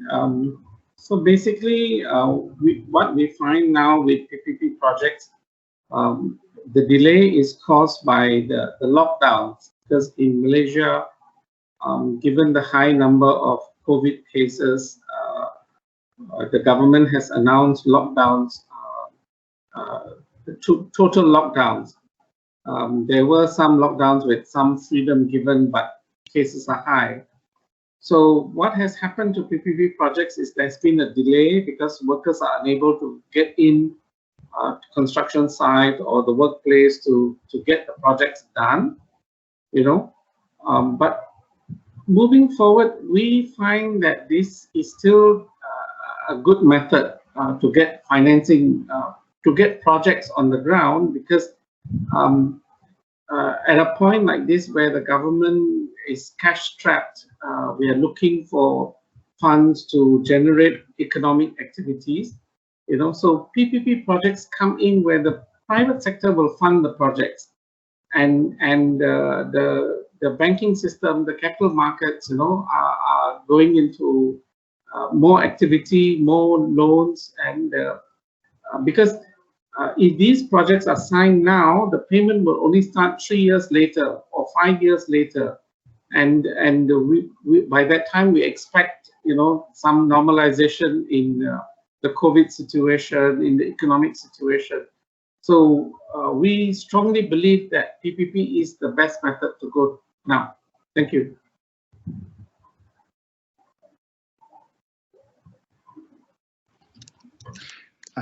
Thank you, Mr. Antoni Sami.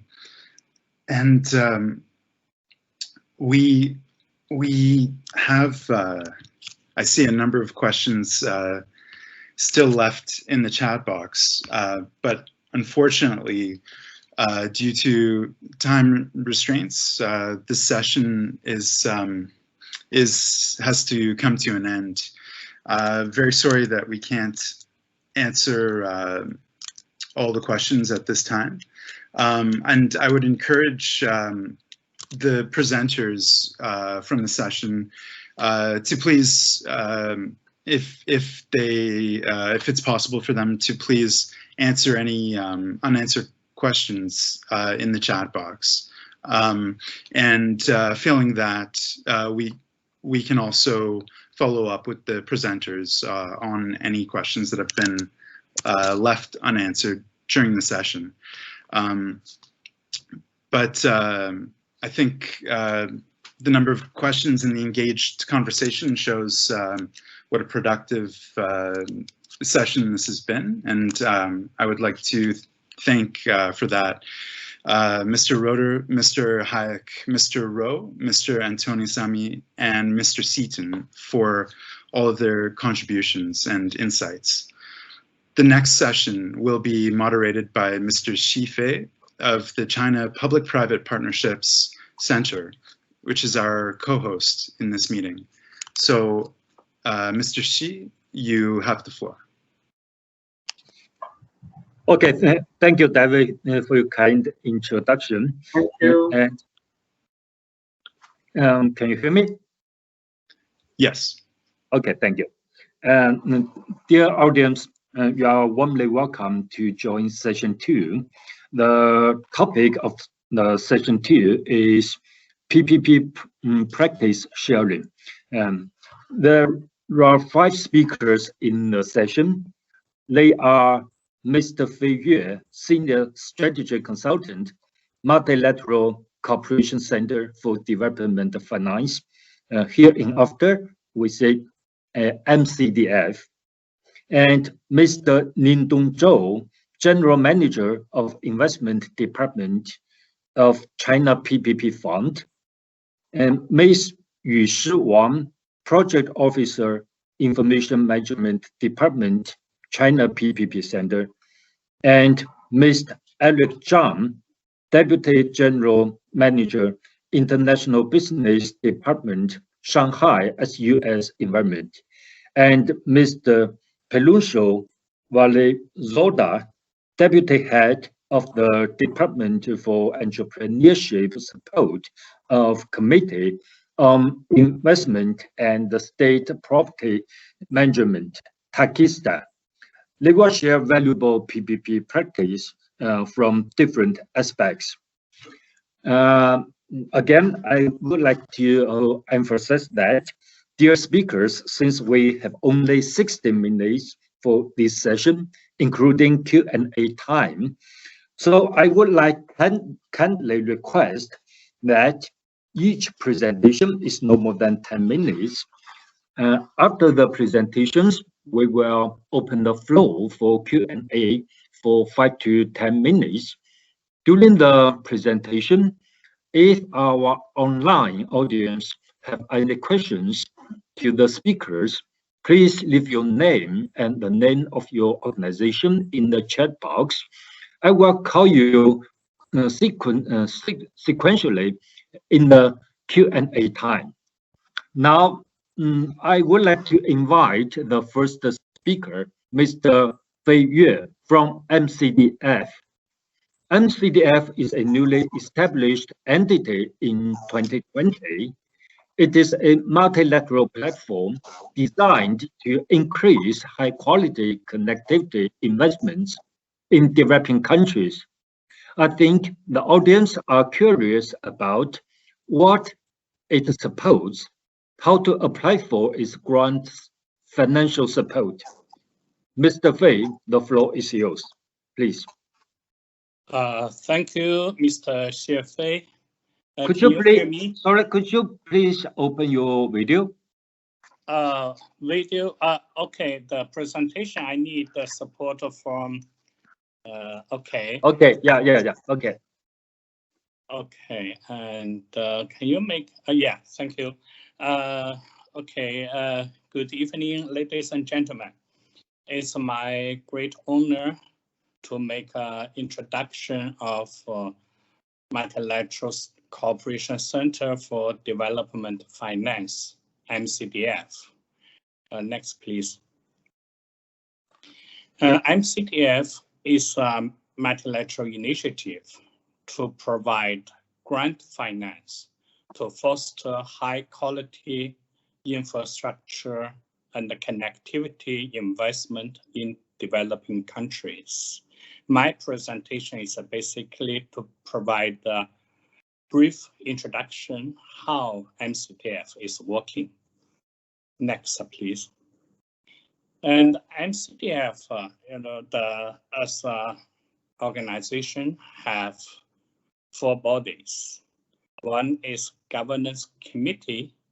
This composes of the contributing countries, and is a decision maker to make all the decisions for operation of MCDF.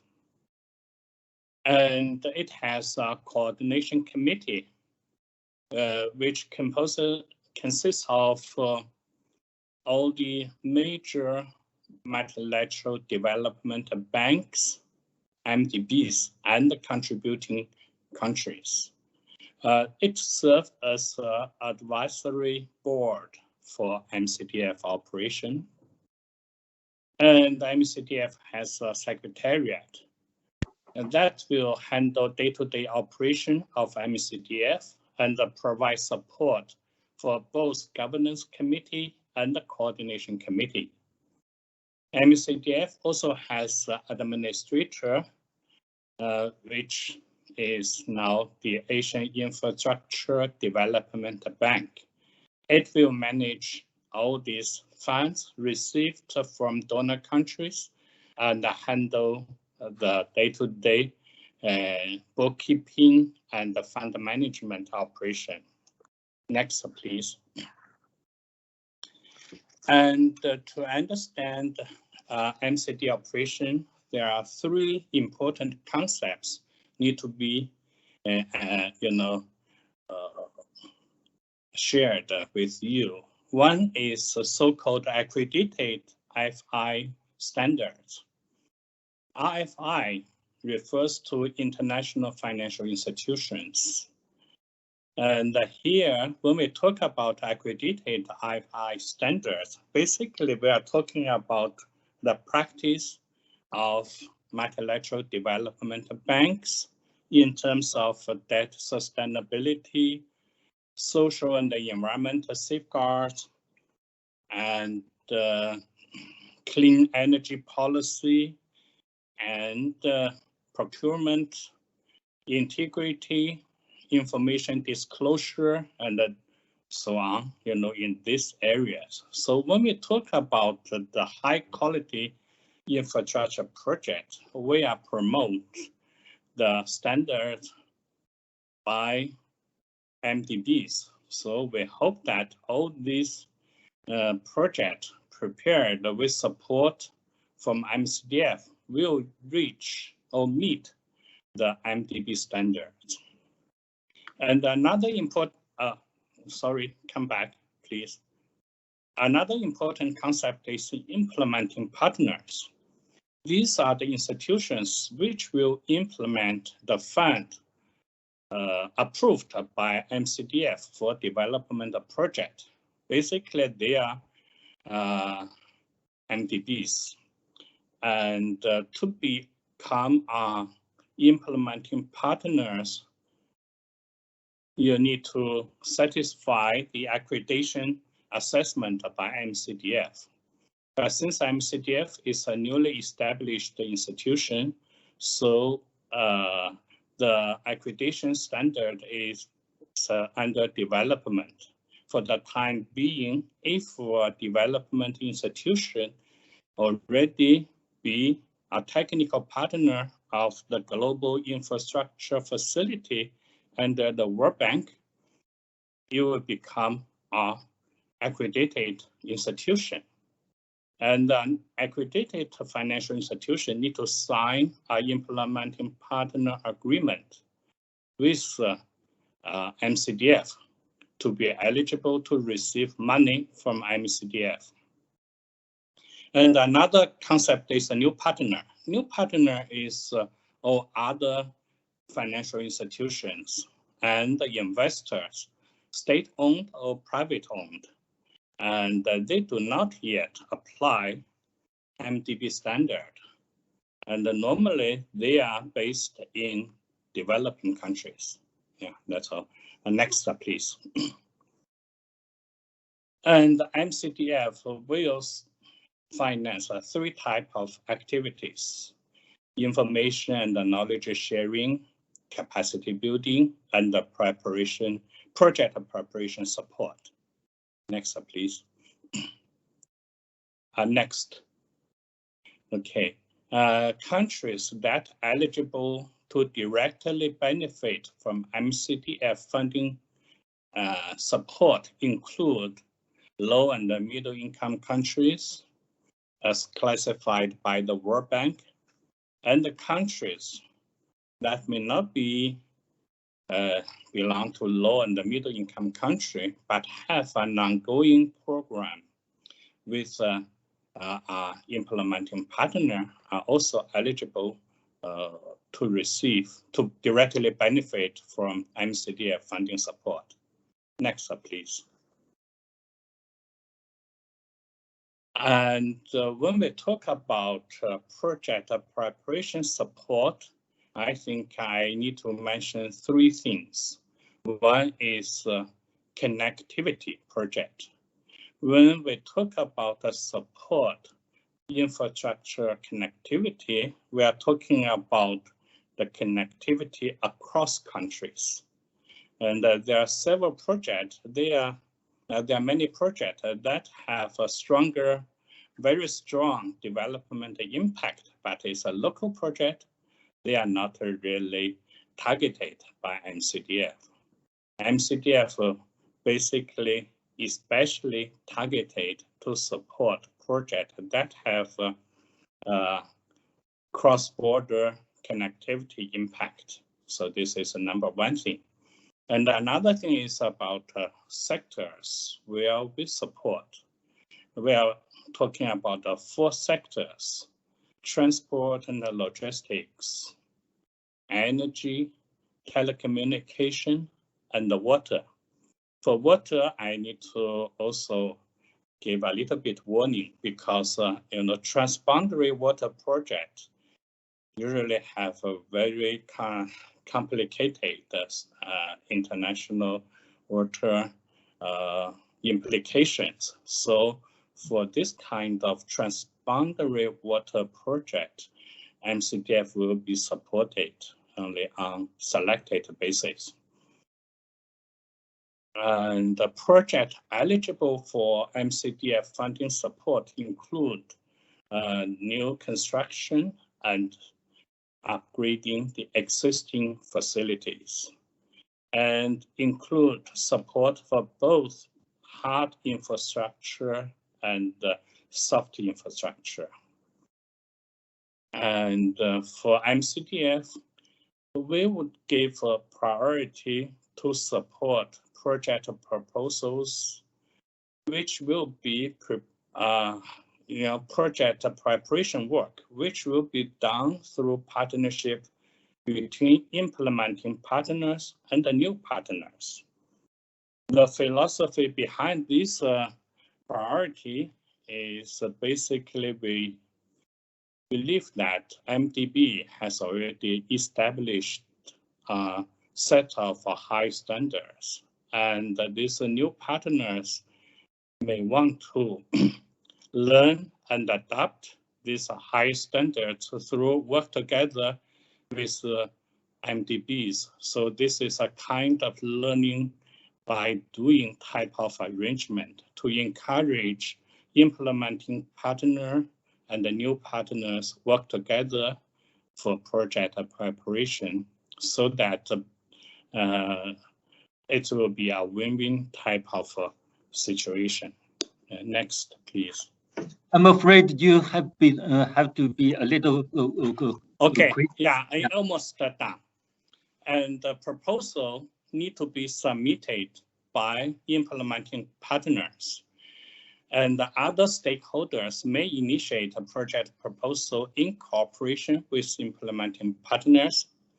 And MCDF encourage all stakeholders contact the Secretariat for upfront consultation to facilitate their preparation. Next, please. Okay, here is a chart about how project is come to MCDF and how we approve it. We start from the bottom, and the proposal for all three kinds of activities will come from project owner, come to implementing partner, and then come to Secretariat. Secretariat will send it to coordination committee to seek strategic advice, and then we'll send a recommendation to the governing committee for approval. After approval, the approval will be sent to implementing partner and administrator, and then the money will come from administrator to implementing partner and to the project. So that's the cycle of processing and approval. Yeah, and I think it's the end of my presentation. Thanks again for the invitation. We are looking forward to the opportunities to work with you for infrastructure connectivity project in the future. Thank you. Okay, thank you, Mr. Fei, for your remarkable presentation. And sorry for pushing you. It is good to see that MCDF focuses on project preparation. Indeed, project preparation is extremely important for infrastructure development, especially in developing countries. Without good project preparation, it's very difficult to attract investors. I hope the ESCAP PPP network could bridge MCDF and the developing countries in the region. Thank you. Now, I would like to invite Mr. Lin Dongzhou from China PPP Fund. China PPP Fund is established by Chinese central government to support PPP development in China. What are the roles of China PPP Fund? What practices has it made? Let's listen to Mr. Zhou. Mr. Zhou, now you have the floor. Okay, can you hear me now? Yes. Okay, good afternoon, and thank you for the invitation, and I will try to keep it short. My presentation includes 4 parts. First is a brief introduction of China PPP Fund and our investment portfolio and current investment, our project preference. And there's a project that we are following recently. China PPP Fund was founded on March 2016. It was set up as a vehicle to promote PPP mode in public sectors and attract social investors in infrastructure projects by means of making investment itself with equity or debt financing.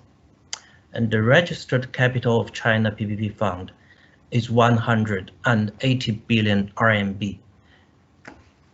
It has 11 shareholders and the Ministry of Finance of China and 10 big state-owned institutions, which includes 6 large banks in China, 1 life insurance company, a national social security fund, and 2 financial holding conglomerates. After long-term economic growth, China faces the problem of sustainability and the imbalance of development. Therefore, the central government emphasized high-quality development more frequently recently. And promoting PPP mode in China is one of the approaches to achieve this objective. Setting up CPPF is aimed to cope with the problem or the challenges we are facing, such as the lack of long-term capital in infrastructure and social development sectors, and the hesitation of private investors and financial institutions for long-term equity investment in public sectors, the inefficiency of investment in public sectors dominated by local governments, lack of consideration for project impact on social society and the environment.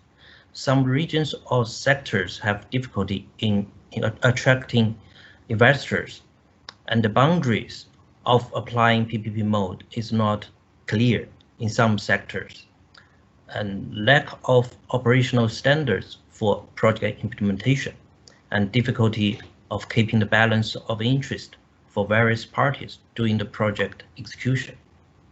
And we, as an investor, is trying to cope with these challenges during our investment. And the second part, I want to introduce our investment portfolio. The map shows the projects we have invested by province.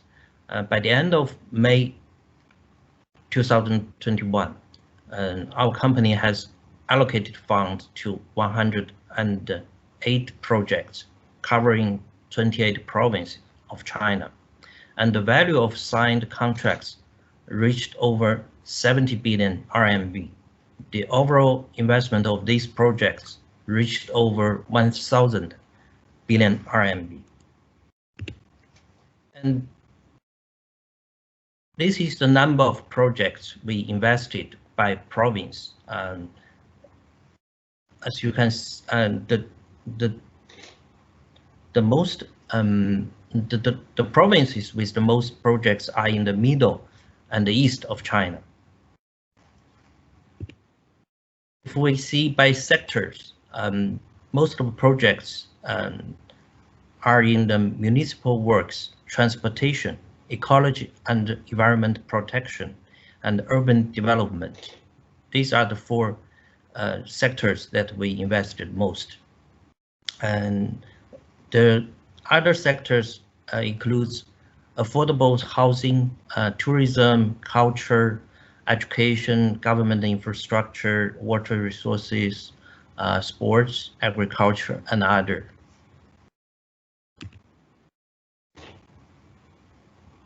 The third part, I would like to introduce our preference when we choose projects. And currently, the projects we invested are only within China. And the domestic projects, we prefer the projects such as education, healthcare, community-based elderly care, environment protection, energy efficiency, low emission transportation, etc. This is the projects we are following in this year and in the future. And we also prefer projects with proper planning and full consideration of the whole life cycle. And also projects seeking for increased efficiency in project operation and management. We will evaluate the project scheme and to see if they meet our standard. And we also prefer projects with a substantial part of the project revenue comes from the project end users. We during our investment, we also prefer the revitalizing of the existing infrastructure assets of local government. So we will set up a company and purchase the assets from the local government and maybe change the operator of these projects to increase the revenue from the project. And from this year on, we are trying to go abroad to invest in infrastructure projects. And it's not very clear what we will focus on right now, but personally, I think we will look more into projects related to sustainable and climate resilient infrastructure, and which will help the regional development, especially in Belt and Road countries. Finally, I would like to share a project we are following recently. This is a county-level agricultural waste utilization project, and this project will collect and treat the livestock and poultry manure, crop straw, farmers' kitchen waste, and other organic waste within the coverage area of the county. So when we evaluate this project, there are some important issues that we are concerned. First, the stability of raw material supply. The pillar industry of this county is agriculture, so the raw material is abundant. Second, we will look into the collection of raw materials. In our experience, sometimes the farmers refuse to provide raw materials if they are not satisfied with the price. The project company will sign contract with farmers and the government will ensure its execution. And third, the diversity of raw materials, and because the county will produce all kinds of raw materials, the company owns the technology that adapts to various combinations of raw materials produced by agriculture. Fourth, the stability of the revenue, the project revenue. The county government authorized the project company as the only supplier of natural gas for all the users within the county area. Other financial subsidies related to the agricultural waste disposal were also given to the company as a source of income. The organic fertilizer generated from the project was also consumed by local farmers, since the products can sell at a higher price. The project also set up a mechanism of pay before service to ensure the collection of fees from the end users of the project. And fifth, the continuous need of the service is concerned. Requirement of Chinese government for pollution control over agricultural production ensures that all the farmers have to deal with the issue. or they cannot continue their business. The residents are also required to change to clean energy from a traditional way of burning wood or coal. And lastly, we are concerned about cost efficiency of the service the project provide. The project company can deal with the agricultural waste at a lower cost and save the farmers trouble of doing everything by themselves. In addition, it also helped lighten the burden of local governments. Therefore, it's mutually benefit for all parties involved. Since we would like to share this example because this the revenue of this project and mainly comes from the project and the user. It occupies like 95% of all the revenue of this project. So the government doesn't need to provide additional subsidy for the operation of these projects for the life cycle. It's like 30 years of operation period and 1 year of construction. And here is a chart to show how the agricultural waste comes from the beginning to the end. And this chart shows that we use the distributed gas station mode, which is to lower the cost, increase the efficiency of this project. And we hope that the idea and the mechanism of the project can be helpful to our listeners.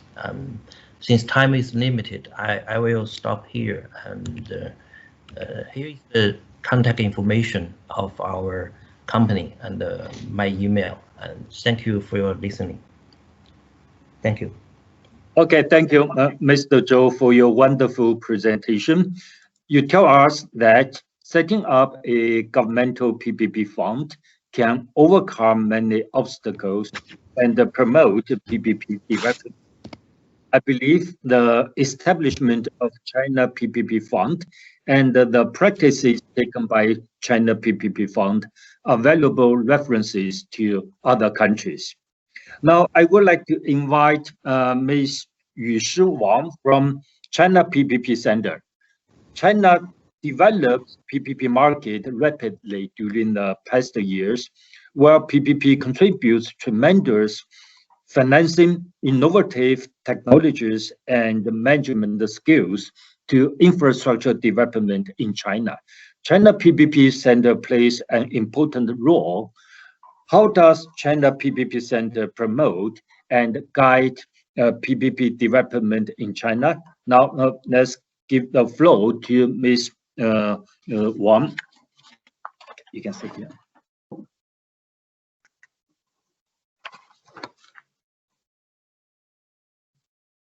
You sure do you need me to share the presentation for you? Sorry, wait a minute. I'm still looking for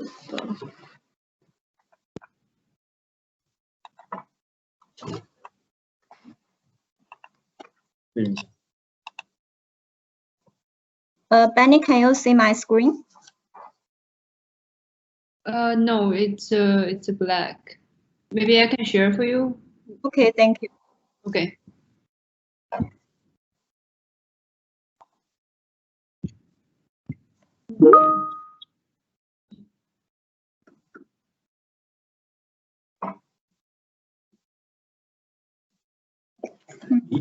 Thank you, Benny, and thank you, Mr. Xie, for your introduction. And good morning and good afternoon, everyone. So my presentation today is about how China facilitated PPP quality development via the National PPP Information Platform. And China has started to promote PPP model since 2014, and the market grows very fast. So how to manage such a big market and how to control physical risk is really important to us. So we figure out that we need a tool, and so we established the National Information Platform in 2015, and in 2020 we upgrade it. Next slide, please.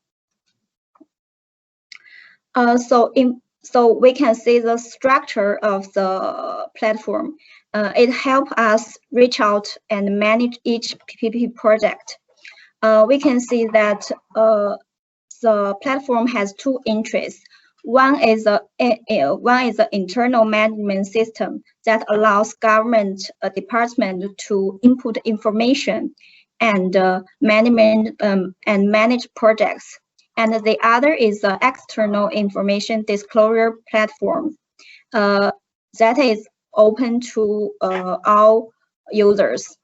And the platform has 5 databases, and the project database is the most important one. And it can connect experts, consulting agency, private partner, and financial institutions. As for the flow of information, normally local finance department will input information and submit to the provincial level, and the provincial finance department will review it, and finally Ministry of Finance will check it, and if there is no problem, the project will be included into the platform. And Ministry of Finance have a policy that any project not included in the platform shall not be subject to expenditure liability through the physical budget. Next slide, please. So this is a snapshot of our homepage for the platform, and everyone can get access to the platform through our website address. Next, please. So second, the platform is designed for the whole life cycle management because it can unify PPP project preparation, procurement, and implementation. For example, in the preparation stage, some key information should be provided, like value for money and physical affordability. Without this information, the project cannot be included in the database. And the platform can also be used for procurement management and performance management. And there are more than 1,000 indicators for each project to be provided. So it's a whole life cycle management tool. Next, please. The third one is that we use the platform to manage and control physical risk. For example, for each PPP project, in the preparation stage, the data of government expenditure and the contingent liability should be provided. But in the procurement stage, the data may change due to the negotiation between the government and the private sector. So if the change happens, the data should be the new data should be updated. And in the implementation stage, the local government should input the extra expenditure data. Next, please. So in order to have a better understanding of the overall expenditure of local government and control their physical risk, we have built the online monitoring system. The Ministry of Finance of China have a policy. They set a ceiling of 10% which means that the total annual expenditure of the on all PPP projects of a region should not exceed 10% of the annual general budget of that region. So we can see from the snapshot that the red signal is marked for counties or cities who exceed the 10% ceiling. We also have create yellow signal and orange signal for remainders. Next, please. This graph is created from our online monitoring system. It shows the national expenditure and contingent liability on PPP projects from 2020 to 2049.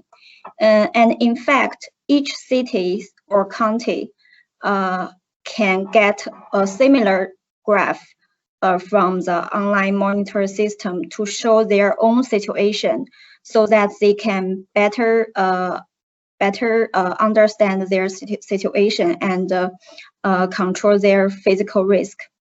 Next, please. Number 4 is that we also use this platform as a place where we can do our information disclosure. And according to the policy, the whole life cycle information of a PPP project in China should be disclosed. And the information includes some key reports like value for money, physical affordability, and business case and contracts. So that the public can supervise the project at whole life cycle. Next, please.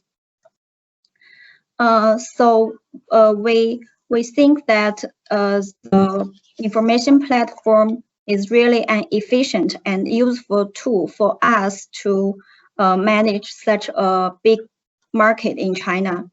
PPP covers 19 sectors in China, and so far over 7,000 of PPP projects has reached commercial close, and over 4,000 have reached financial close. And we also believe that this platform helps us improve our governance capacity and provide better service and information for all the shareholders in the market. So that's all my presentation today, and thank you for your attention. Thank you.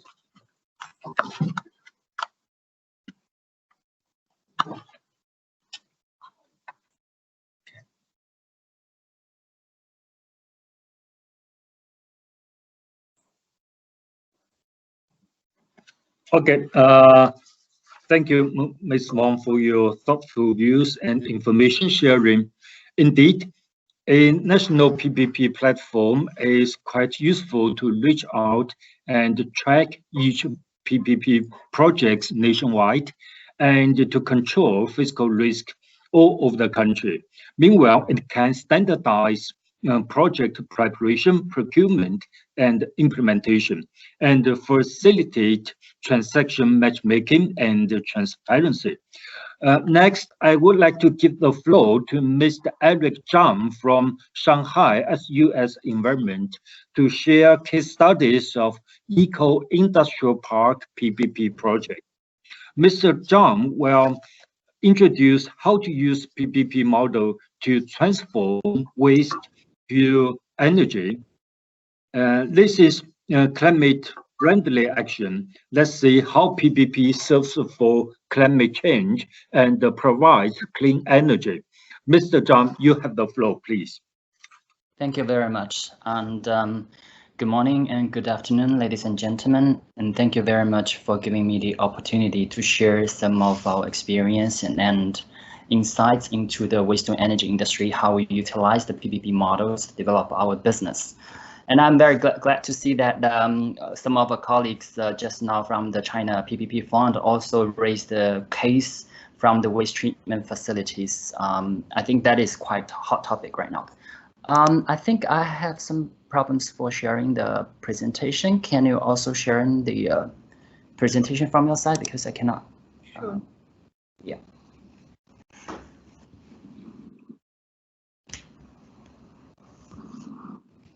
1 minute.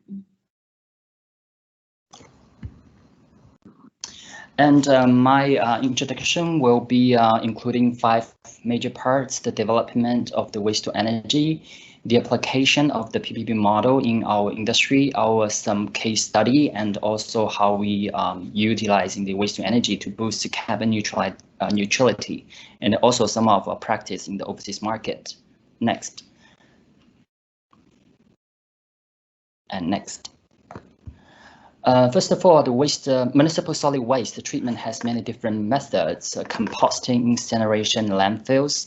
But as we know that in the most of the area in the world, that open dumping is still in the large quantity, which has lots of environmental issues and risks. Next. This is the growth chart, which is reflecting the development of the waste to energy industries in different countries and continents. We can see that from European Union and Japan, they're leading the waste to energy industry development since 1980s or 1990s, and China stepping into this industry like around 2000. But we have experienced a very rapid growth in the past 20 years. Currently, we have around 400 waste to energy plants in operation, have a total capacity around 400,000 tons per day treatment capacity.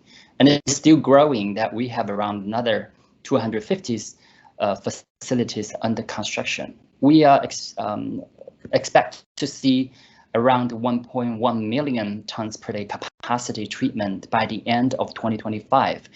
And I think that rapid growth is supported largely because of the legislation design system from the China, and also benefits from the PPP model. Next.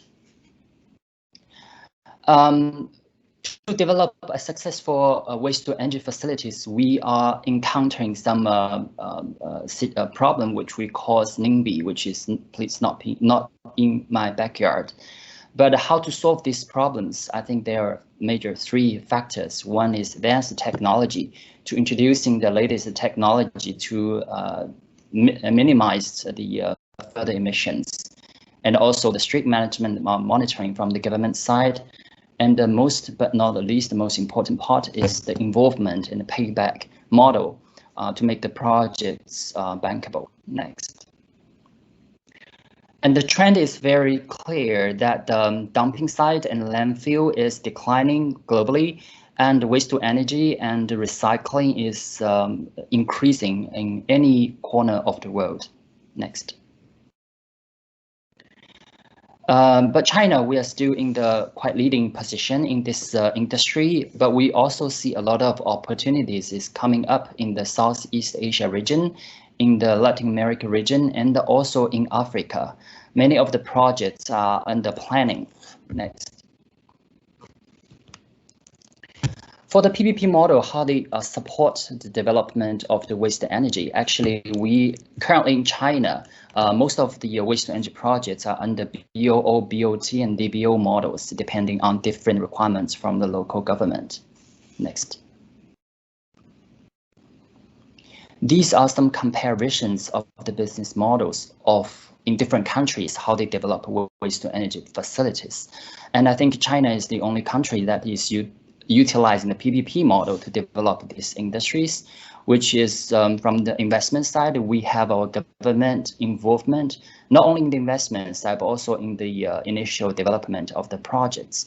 And then the private sector is coming in the investment, construction, and operational period of time. And the payback will be coming from the feed-in tariff and tipping fees into the facilities. Next.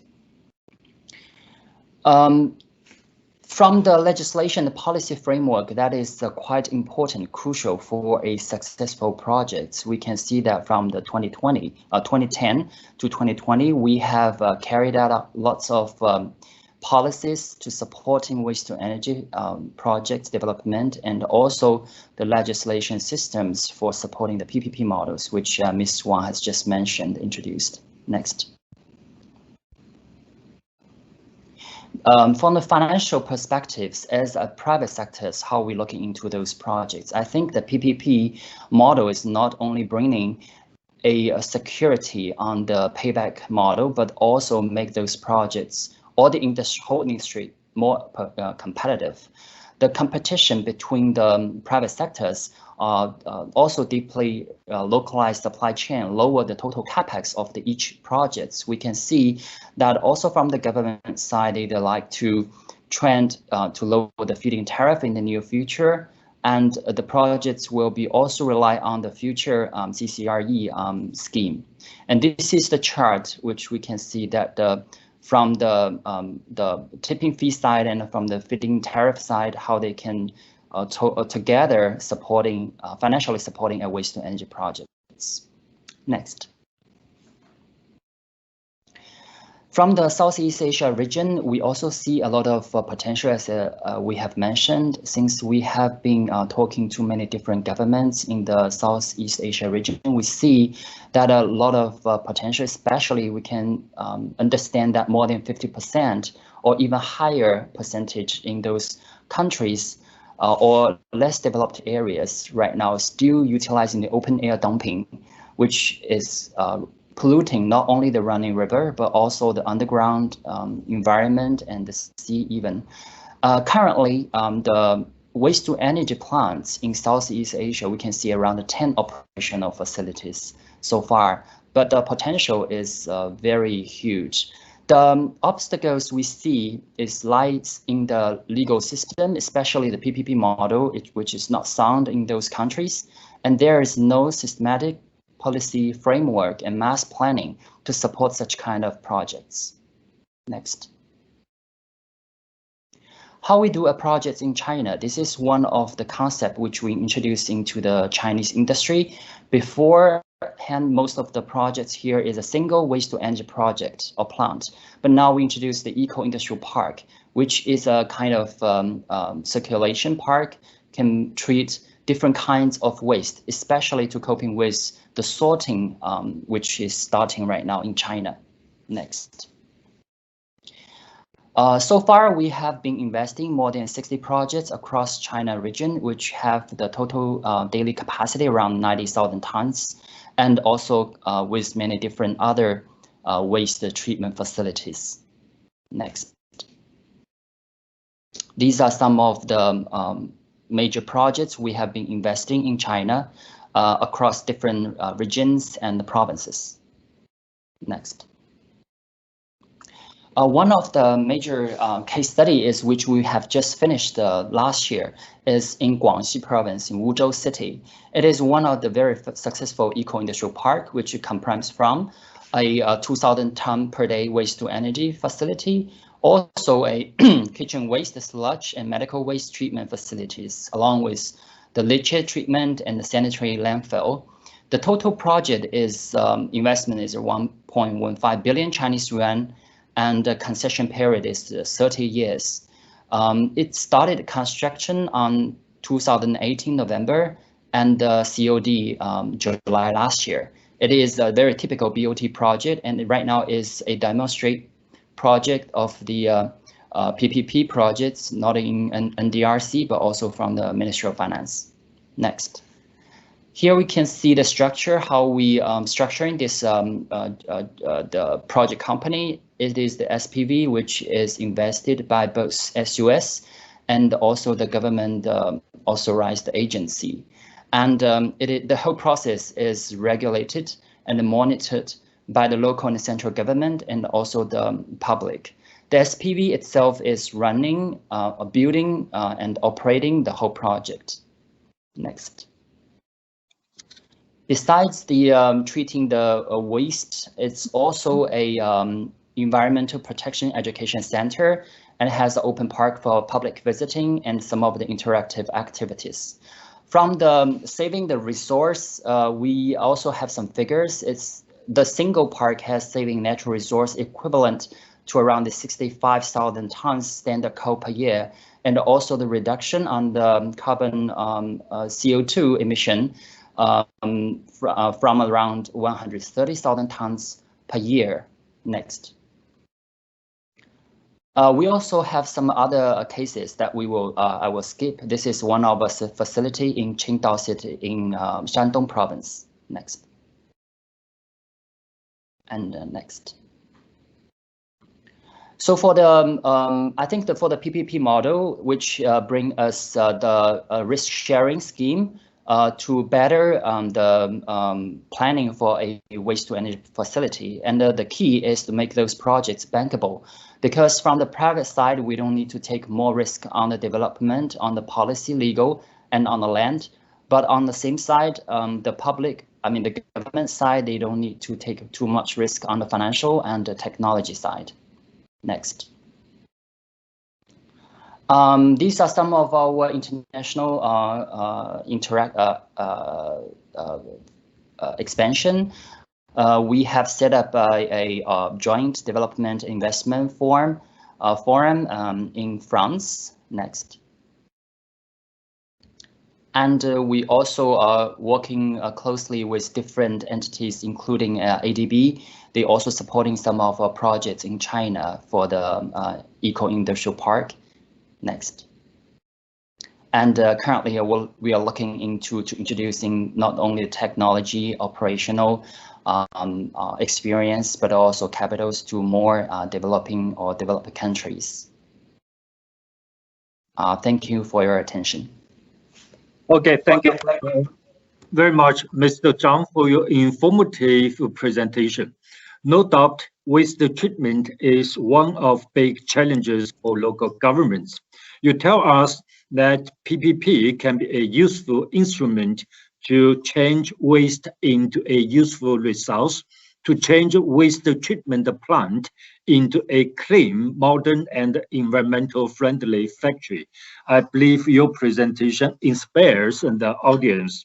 Now we have one more speaker to present before we complete this session. Let me give the floor to Mr. Pelunso Valizonda from Tajikistan. Mr. Valizonda, please, the floor is yours. Thank you. Good afternoon, dear friends. Let me share my presentation. Okay. Now, can you see my presentation? Yes. Okay, thank you very much. Dear colleagues and friends, let me express my deep appreciation and gratitude for organizers of this meeting. I'm convinced that the exchange of experience and disseminating knowledge within the framework of today's meeting will contribute to further increasing the capacity of PPP units and mutual cooperation in PPP field among our countries. I will give you a brief overview of Tajikistan economic and business conditions, PPP environment, and success case of PPP projects in Tajikistan. Tajikistan geographical location has a great strategic importance.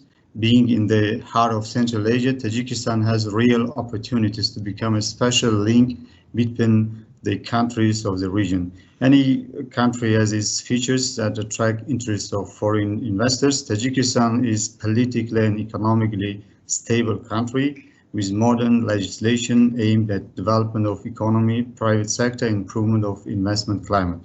Today, the government of Tajikistan is focused on effective implementation of National Development Strategy for the period up to 2030.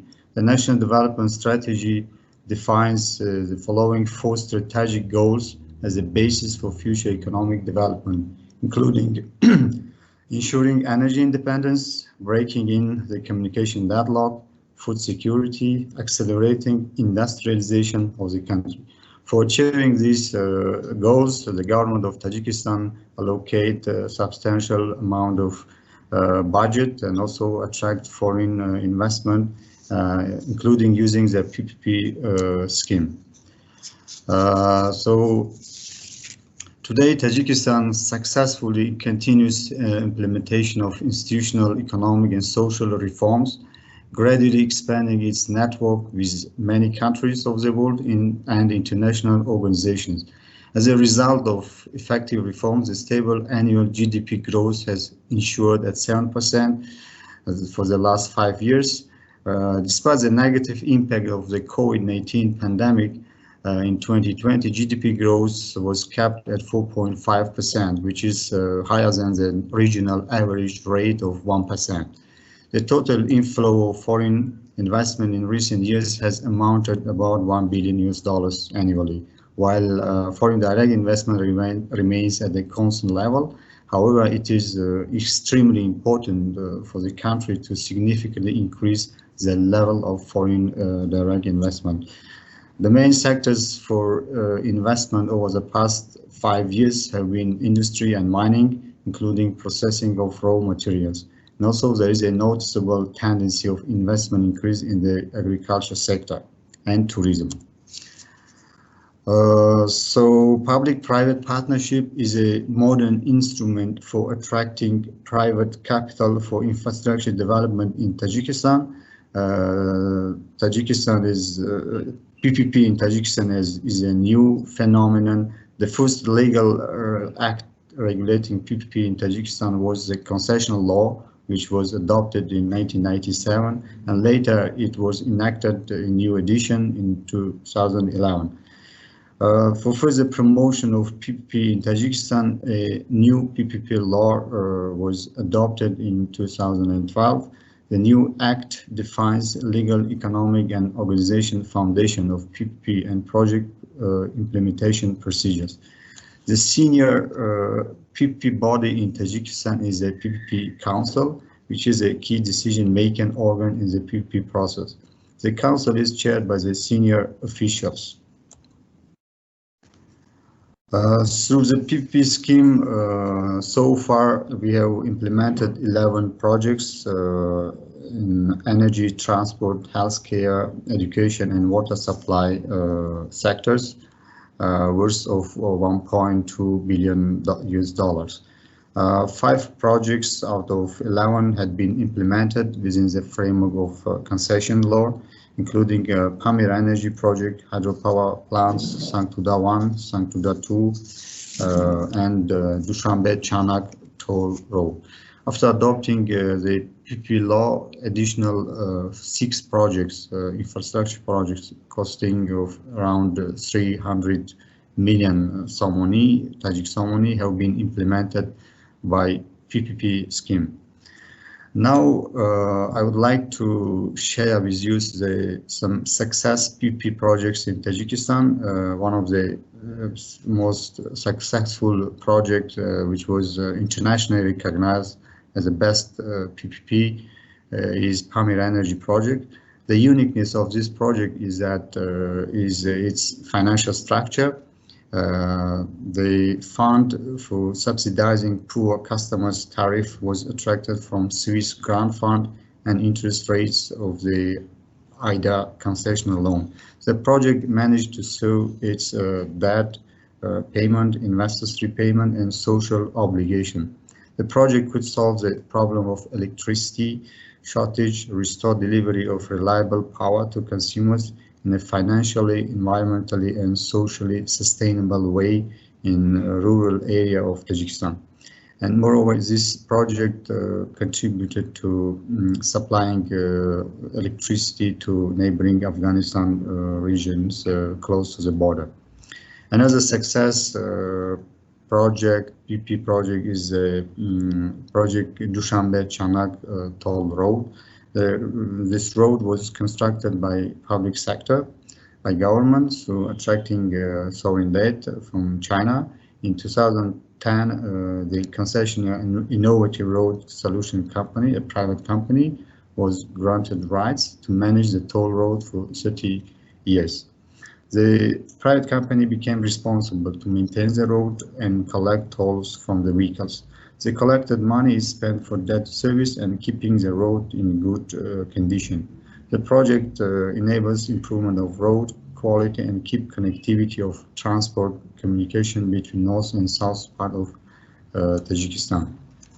The next success PPP project is implemented in capital city Dushanbe. It is the automation of fare payment and control system in public transport of Dushanbe, or city card project. The project is implemented by a local company, domestic company, Avesto Group, by investing 23 million Tajikistan money. By bringing innovation into public transport, the project company could improve the service quality, strengthen the financial control, and increase transparency. It enabled obtain the accurate data and introduce cashless payments through using transport cards. Right now, Tajikistan is at the moment of conducting reforms of PPP environment. We are right now developing a new law on PPP and concessional law, and this law is developing according to the international best practice. Also, we are developing the new state program on PPP promotion and private sector development in Tajikistan for the period up to 2030. Within the framework of these programs, a set of important activities and measures aimed at developing PPP, increasing number of PPP projects, promoting private sector, and other measures, important measures will be implemented.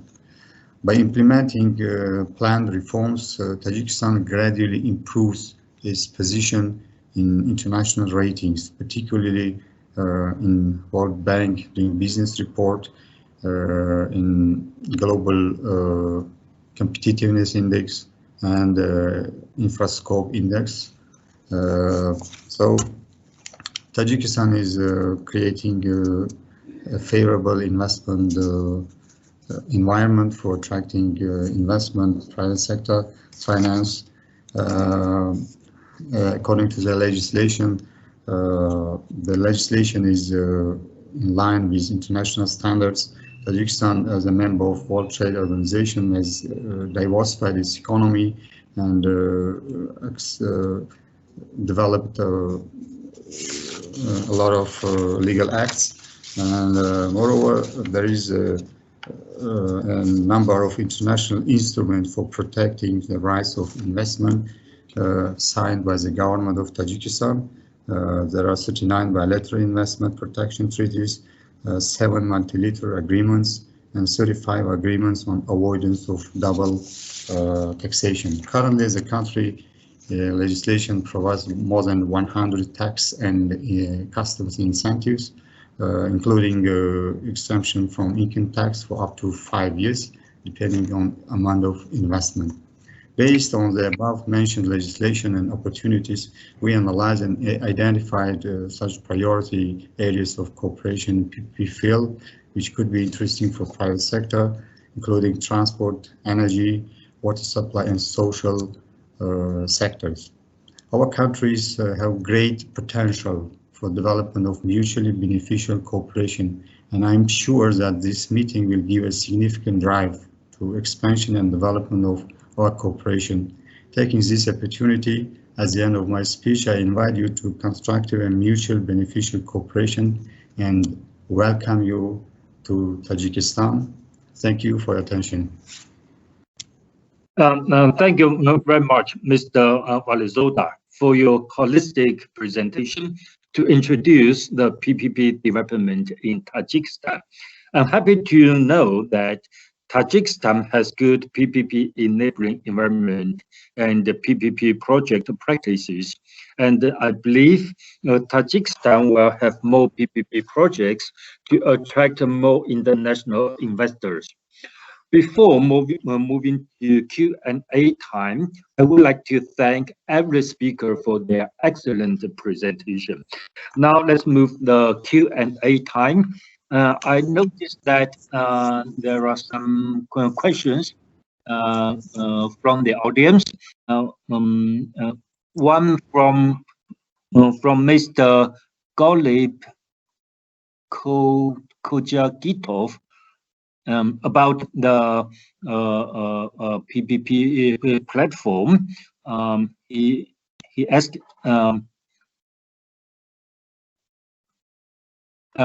is the platform integrated to South as well? And another question is from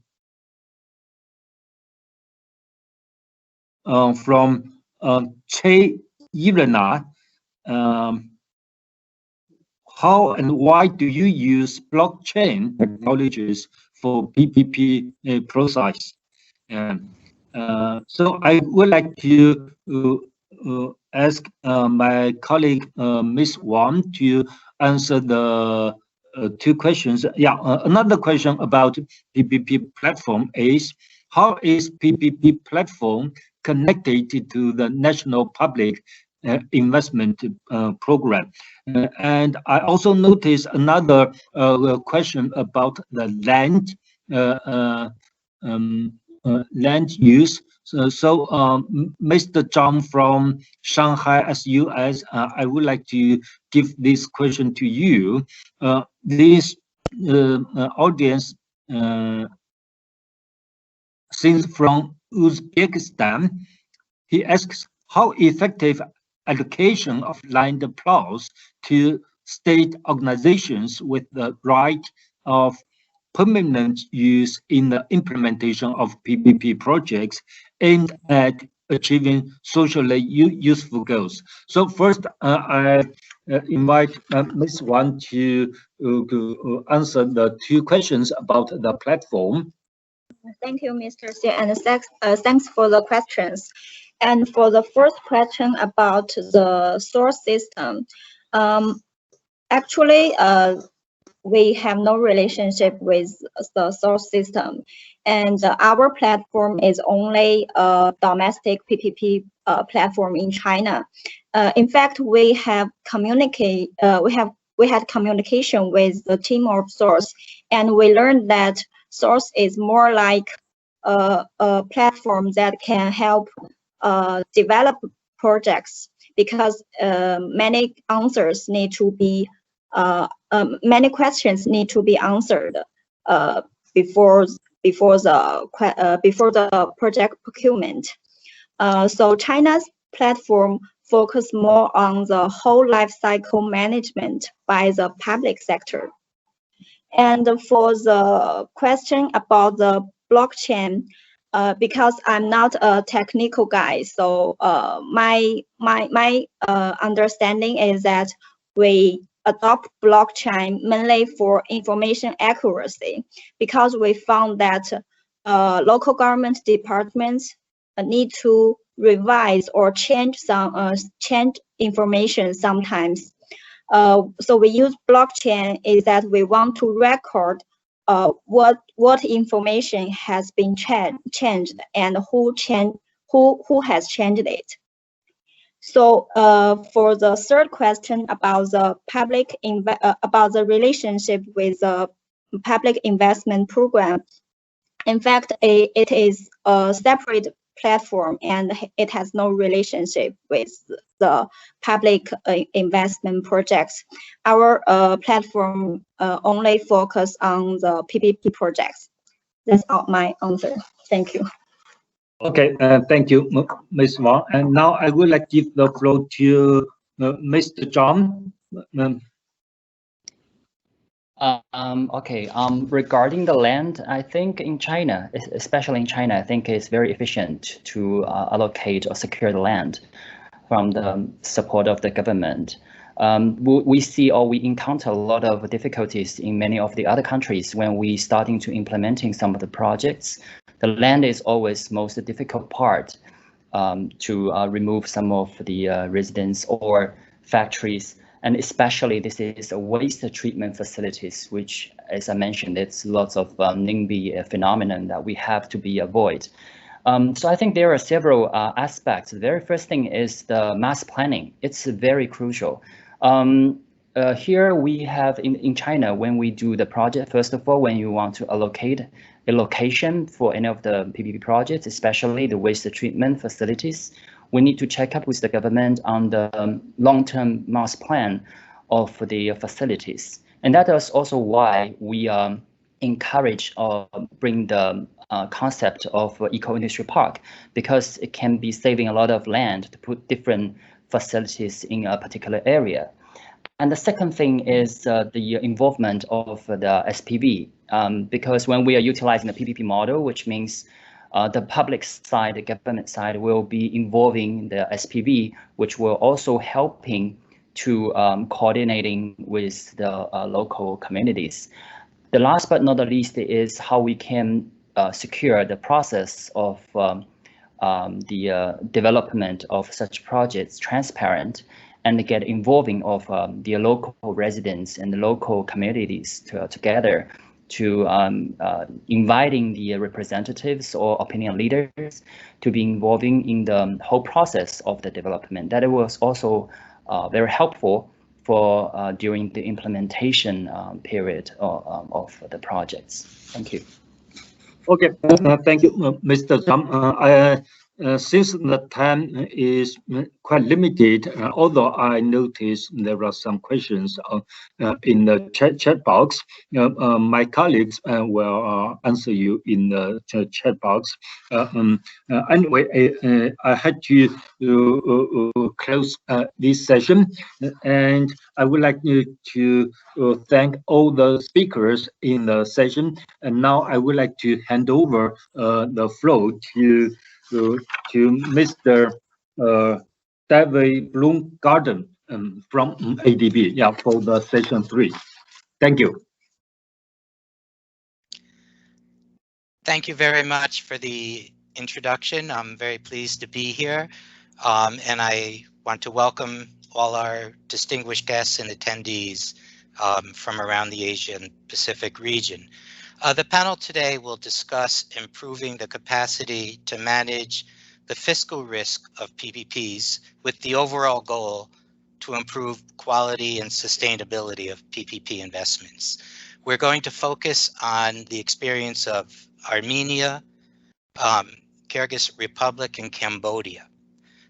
Each of our panelists today will do a brief presentation, and I'm asking if the presentations can be kept to 5 minutes each so we have time for dialogue plus questions from the audience.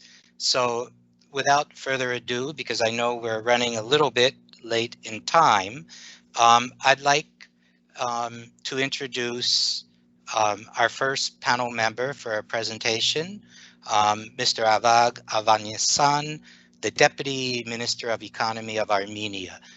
Please go ahead, sir, and thank you. Thank you, Mr. Bloomgarden. Dear all, this is a great opportunity to share our experience, and also we've already learned a lot from the previous presenters. So without further ado, please, let's start. So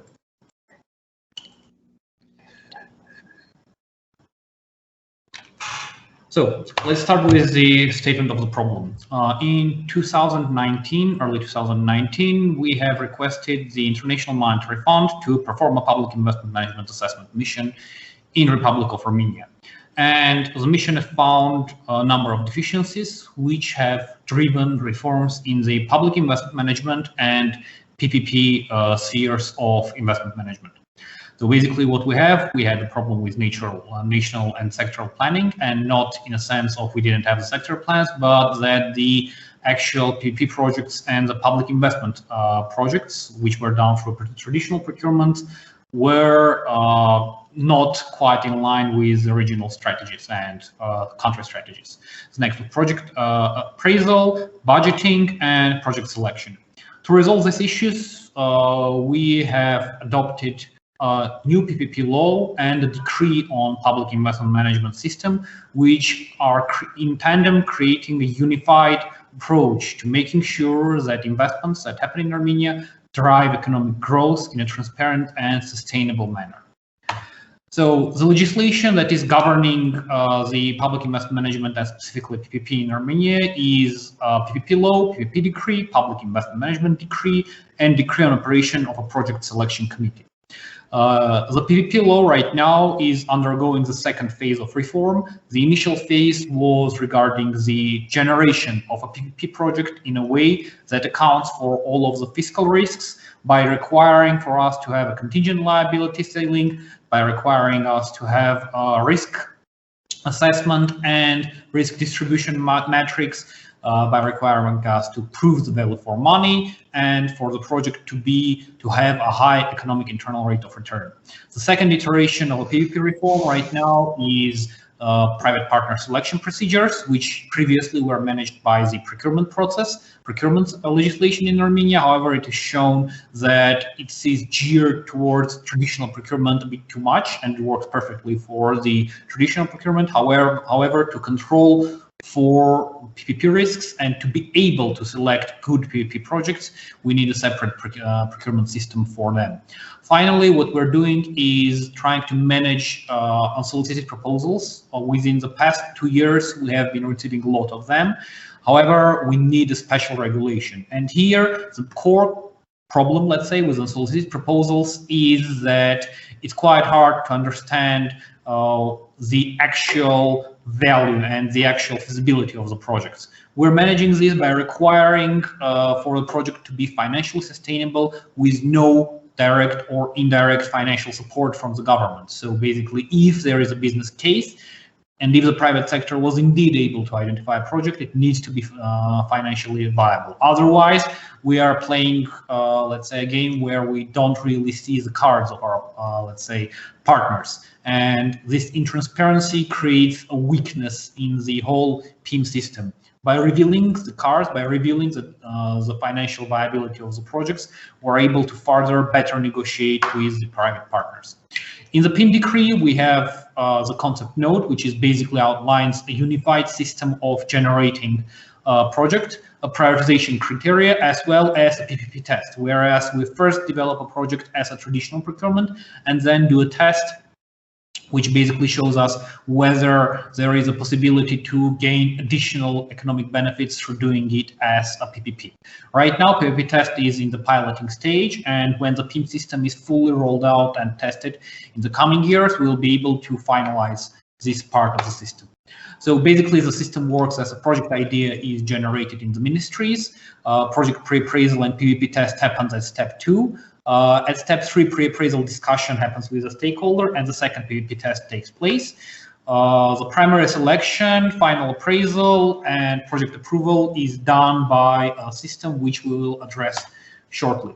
Basically, if you look at the system, the conceptualization and ideation happens in the line ministries.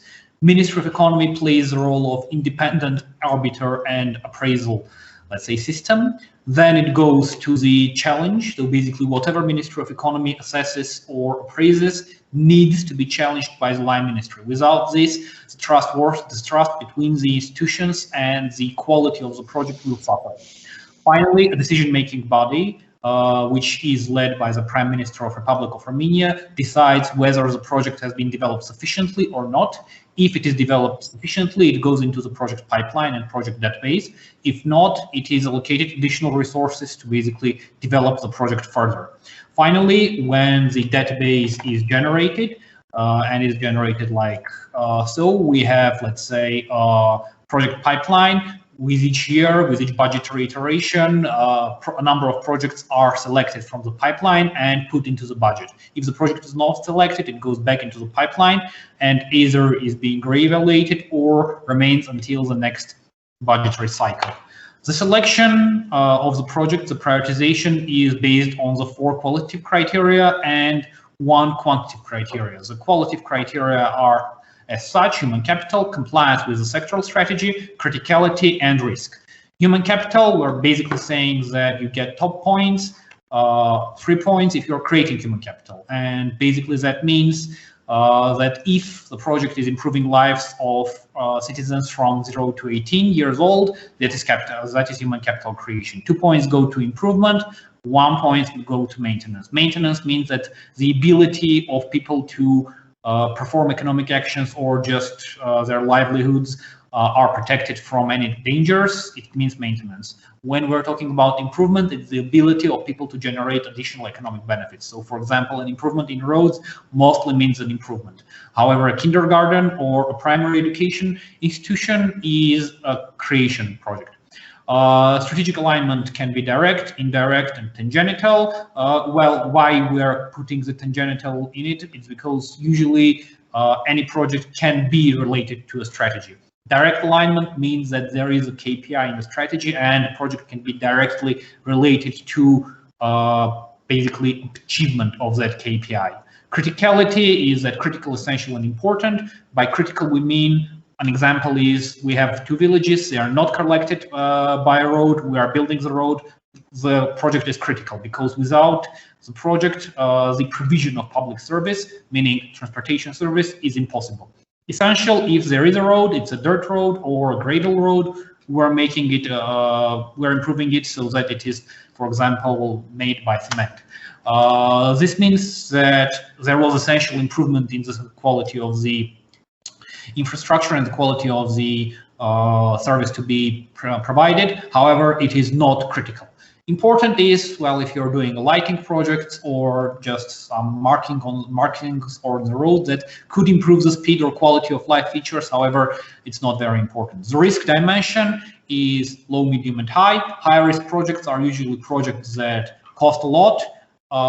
We have approximately 2 billion. If it goes above 2 billion AMD, we're calling it our high-risk project. If the project has never been performed in Republic of Armenia, or if an asset that is to be created under project is not currently in operation in Armenia, so basically we may have created an asset, but it's not in operation, means we don't really know how to utilize this, means there is an element of risk. And finally, there is no confirmed demand. So an example of confirmed demand is if you have a village and you're building a school for 50 children, and there are 50 children of preschool, let's say, age living in that village. You have confirmed demand for 50 places for students. However, if you're building a school for 500 students, you don't have confirmed demand. That means that project is basically risky, and you're expecting that maybe there will be exponential growth in population in that particular village, which will bring the demand for additional school, let's say, education places. However, the demand is not confirmed, means that the project is high risk. If one of two of the above mentioned three items takes place, then the situation goes into the medium risk, and low risk is basically 1 or 0 actions is there. Economic internal rate of return, well, it's a classical cost benefit analysis. That's why it's called the quantitative indicator and is allocated a bit more than the one weight provided to the other three. So please, could you begin to wrap up? Sure, thank you. The steps that have been undertaken. We've already established the necessary regulations and functions for the PIM system. We've adopted the members of the investment committee, which is led by the Prime Minister, the Deputy Prime Minister, the Minister of Economy, and the Chief of Staff, which will be selecting the project. We're going to adopt the 10 projects for 2022, and the budgetary needs for the availability of funds to appraise and evaluate the projects have been already allocated for the year 2023. Hopefully, this will enable us to have good quality investment projects, and which can be then turned into PPP projects in the future. Thank you very much for your attention. There is much more to this. However, I believe that we'll address this during Q&A session. Thank you. Thank you very much. That was very interesting. One thing that maybe we can talk about in our discussion is, if I understood correctly, you actually decide the investment decision, whether you're going to invest in a project before you decide to do a PPP. So you effectively decide, is this project worth doing? And then you decide, is it worth doing as a PPP? And I find that is interesting if that is indeed the case. We can come back on that later. Now it's my privilege to introduce our next speaker, Mr. Makararith, who is the head of the Central PPP Unit of Cambodia. Please go ahead. Thank you, Mr. David. So it is my honor and pleasure to represent the Ministry of Economy and Finance of the Cambodia at the 5th meeting of the Infrastructure Financing and PPP Network of Asia and the Pacific. So my presentation will be including giving you the overall of the progress of PPP development in Cambodia and supported by a few slide presentation which I will put on now.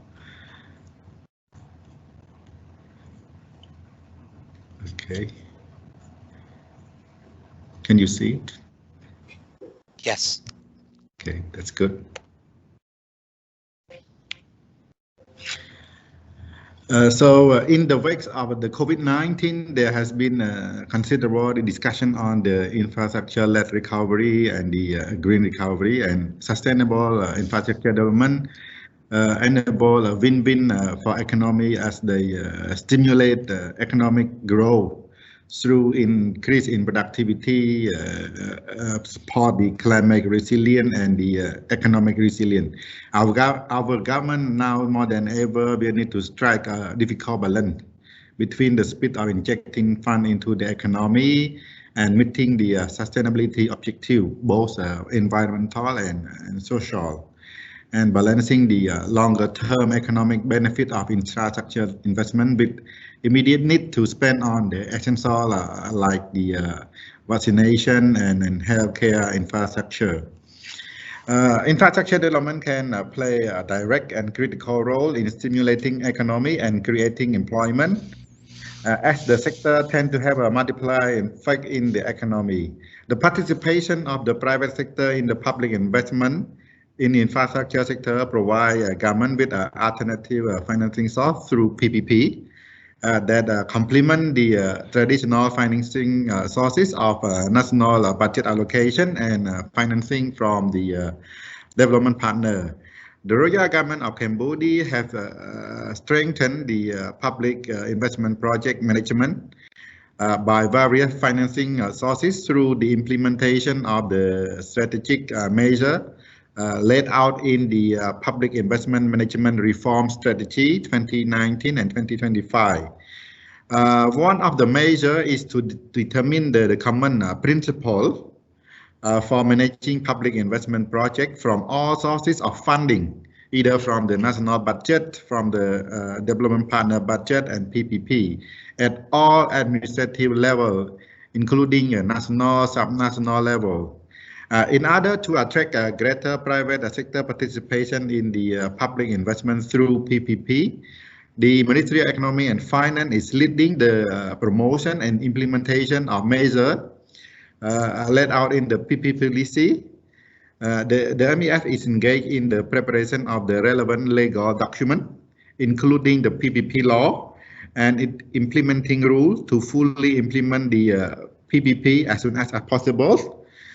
In order to eliminate the use of ad hoc mechanism and strengthen the process, efficiency and risk associated within the public investment project procured through the PPP.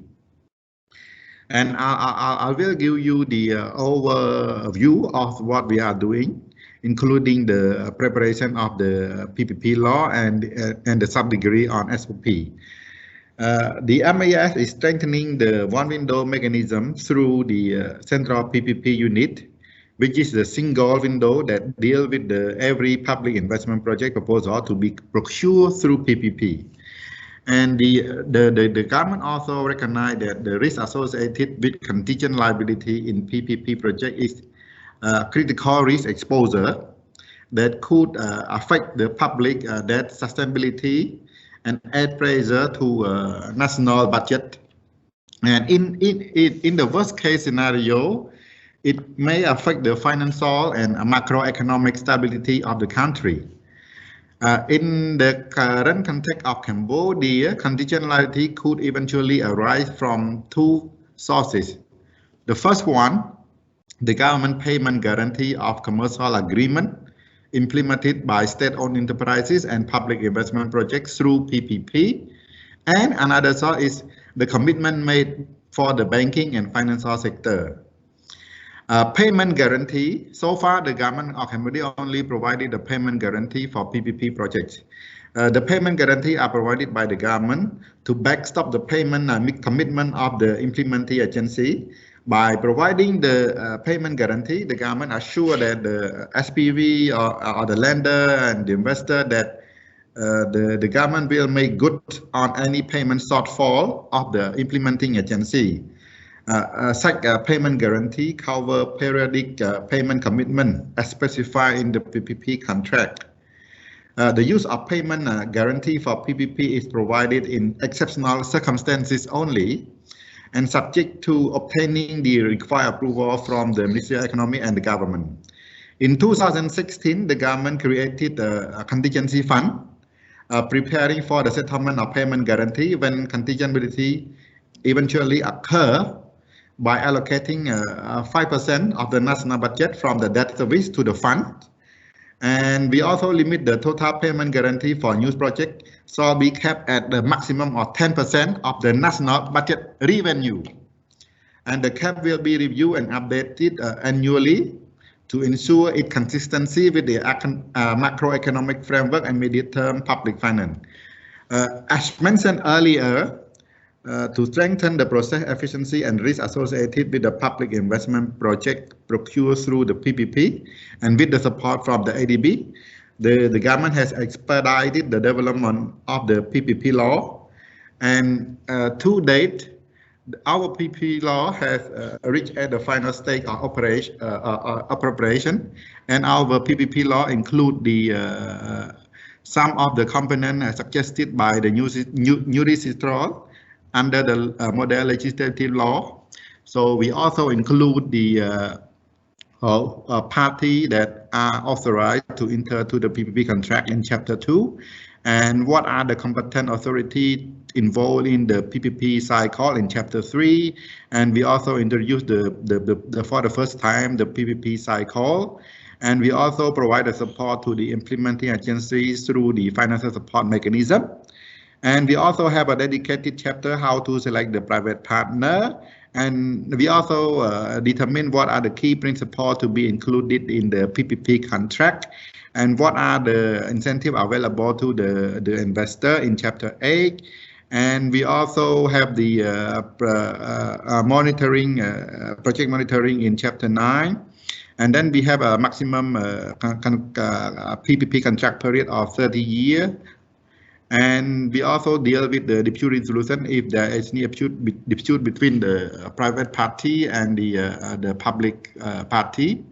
And the last four chapter will deal with the penalty who will violate the implementation of the PPP law.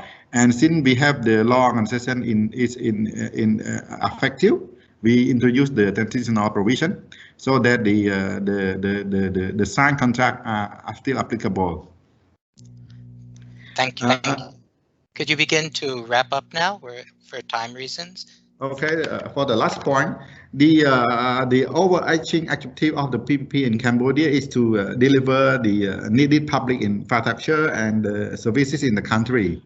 And in this context, any PPP project which is consistent with the law on PPP and its SOP here can be considered for government support measure. And an additional consideration can be to prioritize GSM support more to projects which have a higher beneficial impact for user and the public, but which have a weaker economic characteristic. That's all for my presentation. Thank you. Over to you, David.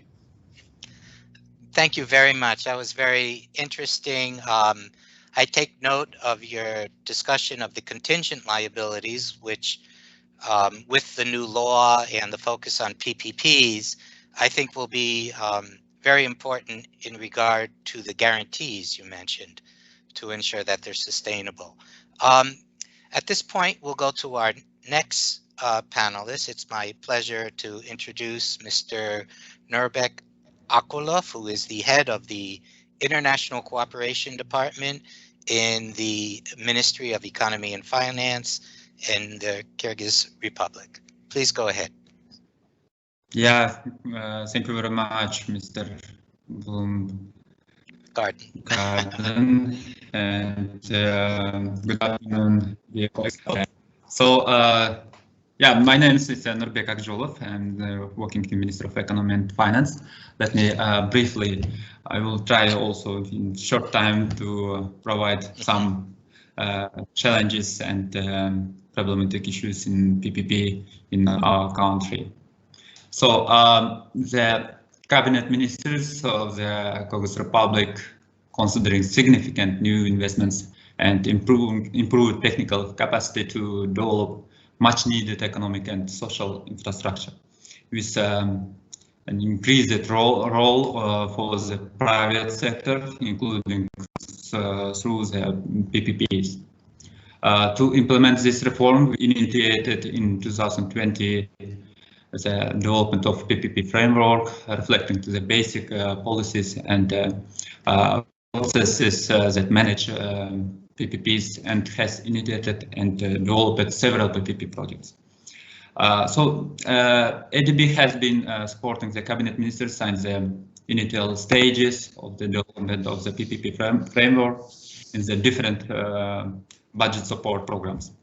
Other development partners have also provided support to cabinet ministers primarily through the transaction advisory services for specific PPP projects and capacity building.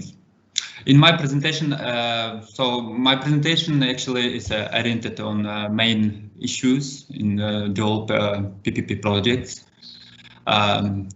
Without introduction part of the country and list of the projects in my country. So what are the main challenges for implementing fiscal sustainable PPPs?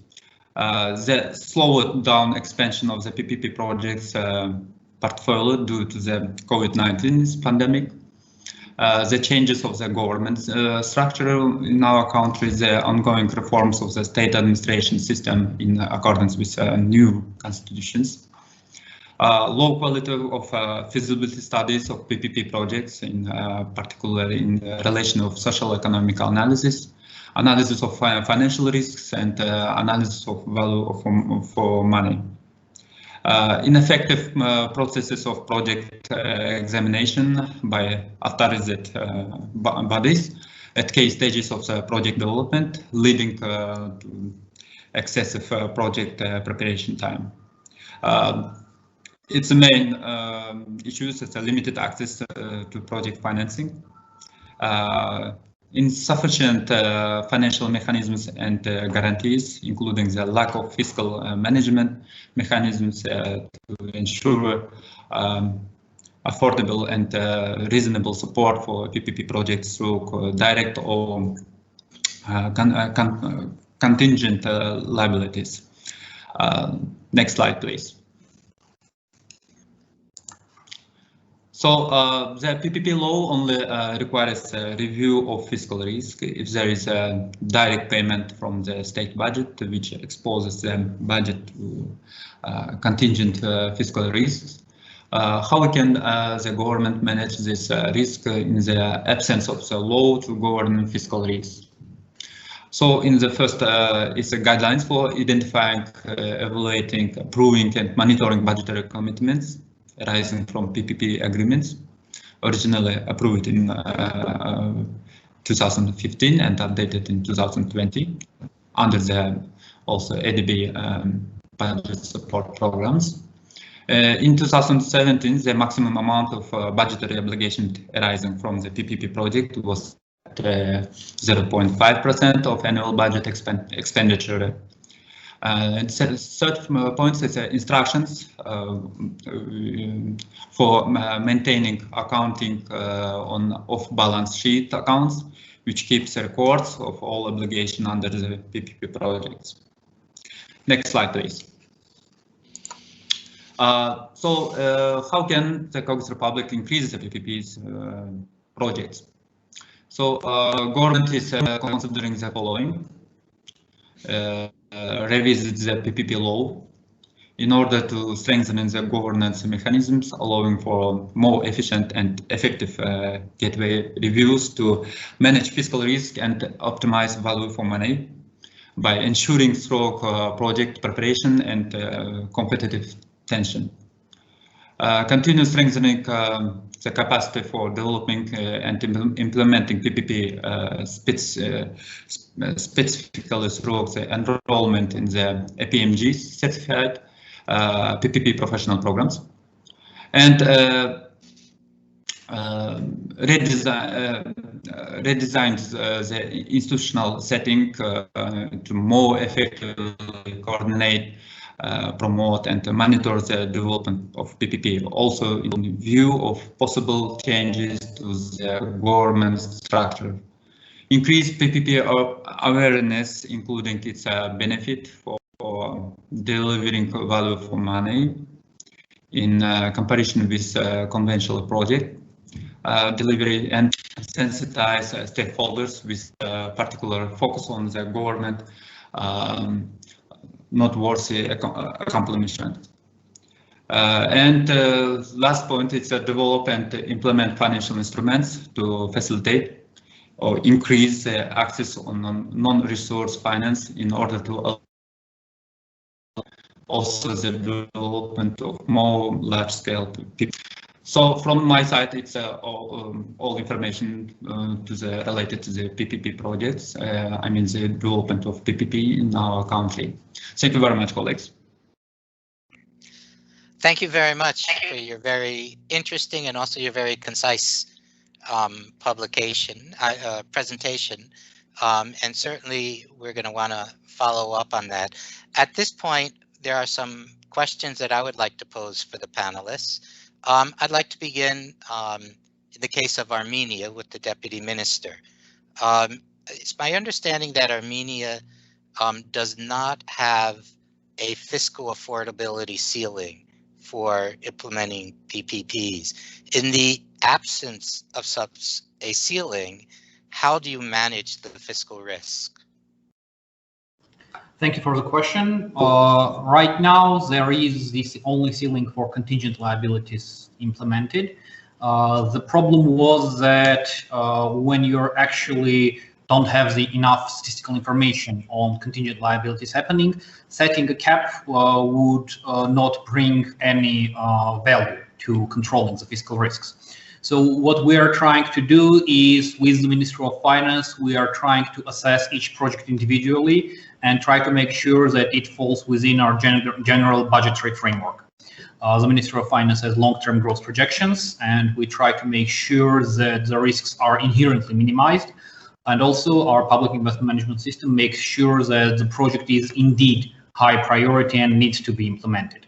That is how basically we're controlling the risk in absence of significant statistical data about contingent liabilities taking place. Mm-hmm. And as a follow-up to your presentation, how do you decide a project should be procured as a PPP and not a traditional public investment? That is actually quite a hard question to answer, because there is right now a set guideline to select. However, this guideline is being constantly discussed and changed as new projects arrive. But basic questions are the following. When we see that, let's say, implementation of the project could be paid by the users mostly, or where there is a risk that it could be better controlled by the private entity. Usually it's cases when the project is long-term and the risk needs to be controlled at the construction stage, but the rewards for risk control on the construction stage will be reaped over the life cycle of the project. Usually those projects are considered for PPPs, and only in cases where good risk control at the first stage brings higher profitability and better, let's say, economic viability of the project in the life cycle, we consider it as a PPP. That is, let's say, our rule of thumb. However, case by case, it varies, because again, it mostly depends on what are the risks and whether it is possible to allocate most of the risks to the private sector.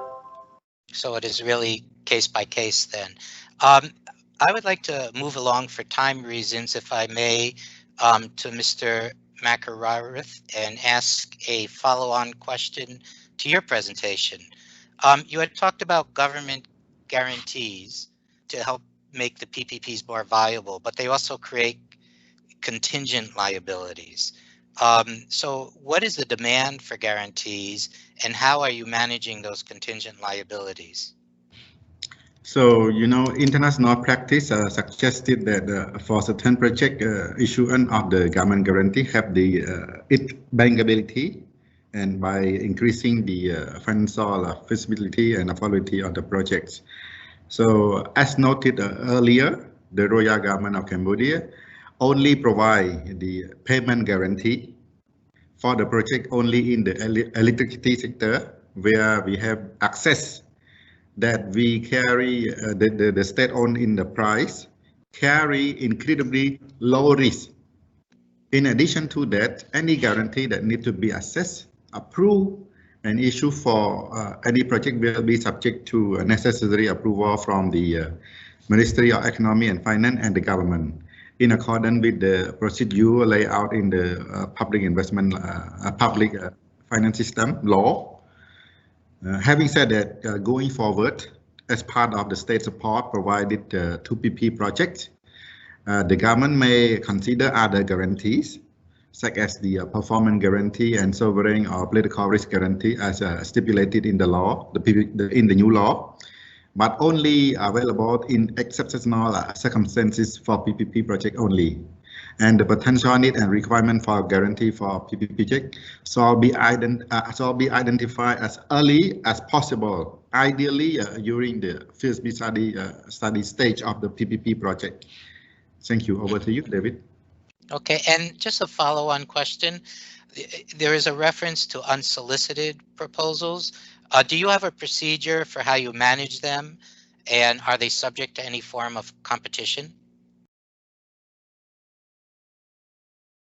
Okay, based on our draft PPP law, which is in line with the international practice, if you look at the World Bank report, they quite similar, not, yeah. And the government, through its specialized implementing agency, can accept the USP to review the possibility development of the implement as a PPP project.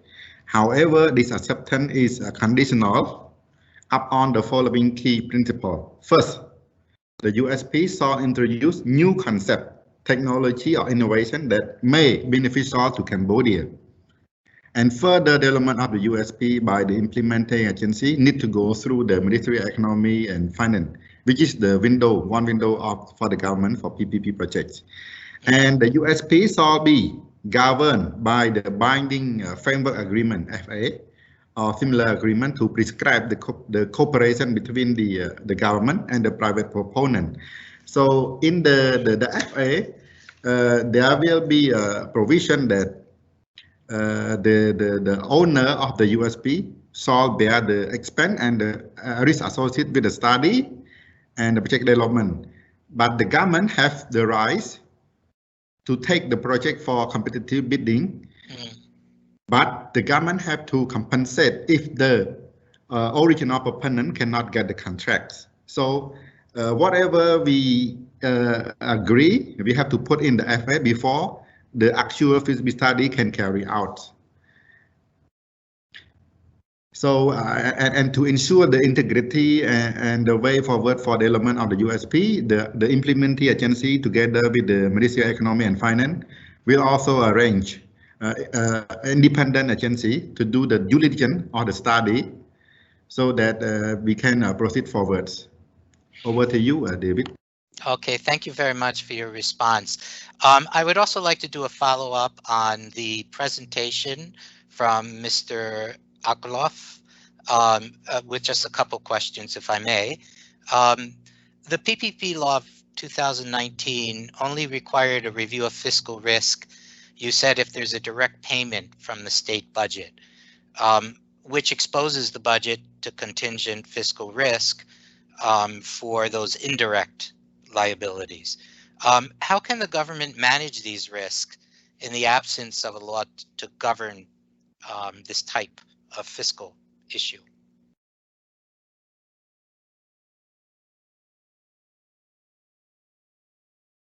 Mr. Akolov, are you there?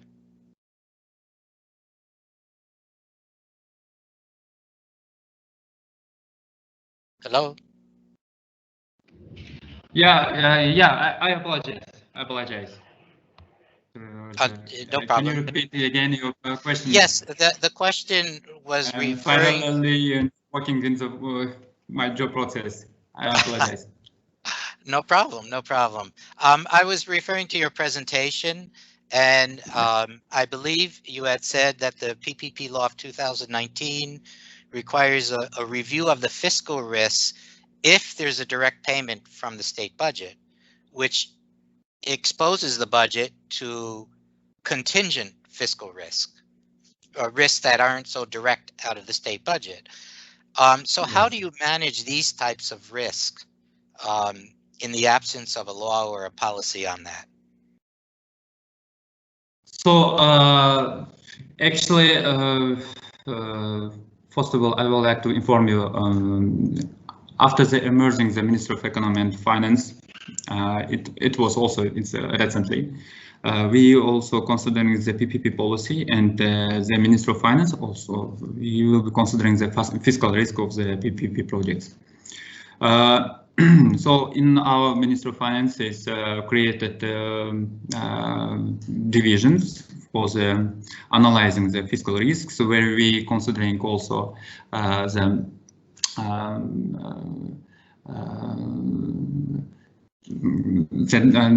fiscal risk of the PP projects related with direct liabilities and contingent liabilities also.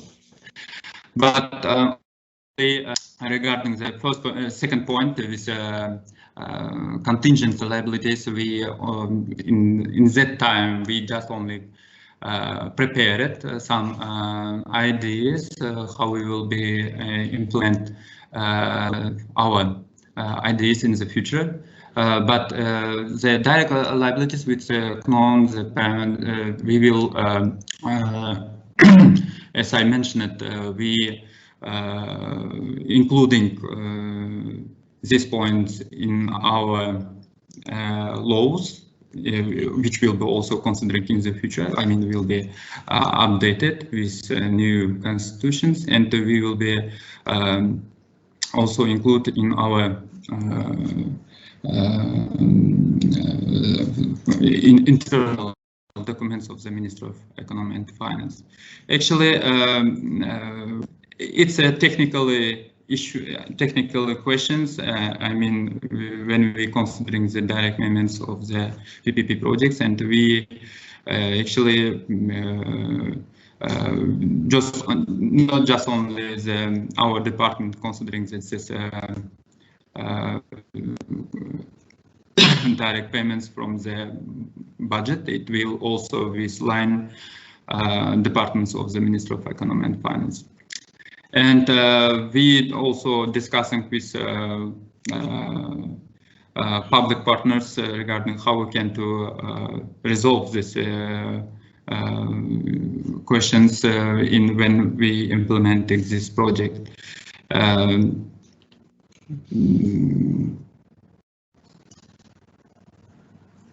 I think it's all, yeah. Okay, thank you. No, so it's something that will be addressed in the future. So thank you for that. We are running a little bit short on time if we're going to have any audience questions. We do have one more panelist who is an international PPP and fiscal expert, Michael Scher, who will be commenting on some of the presentations briefly. Michael set up the PPP regulatory framework in South Africa. So with this type of background, how does fiscal risk become central to the management of PPPs based on your experience in South Africa and in setting up that regulatory framework?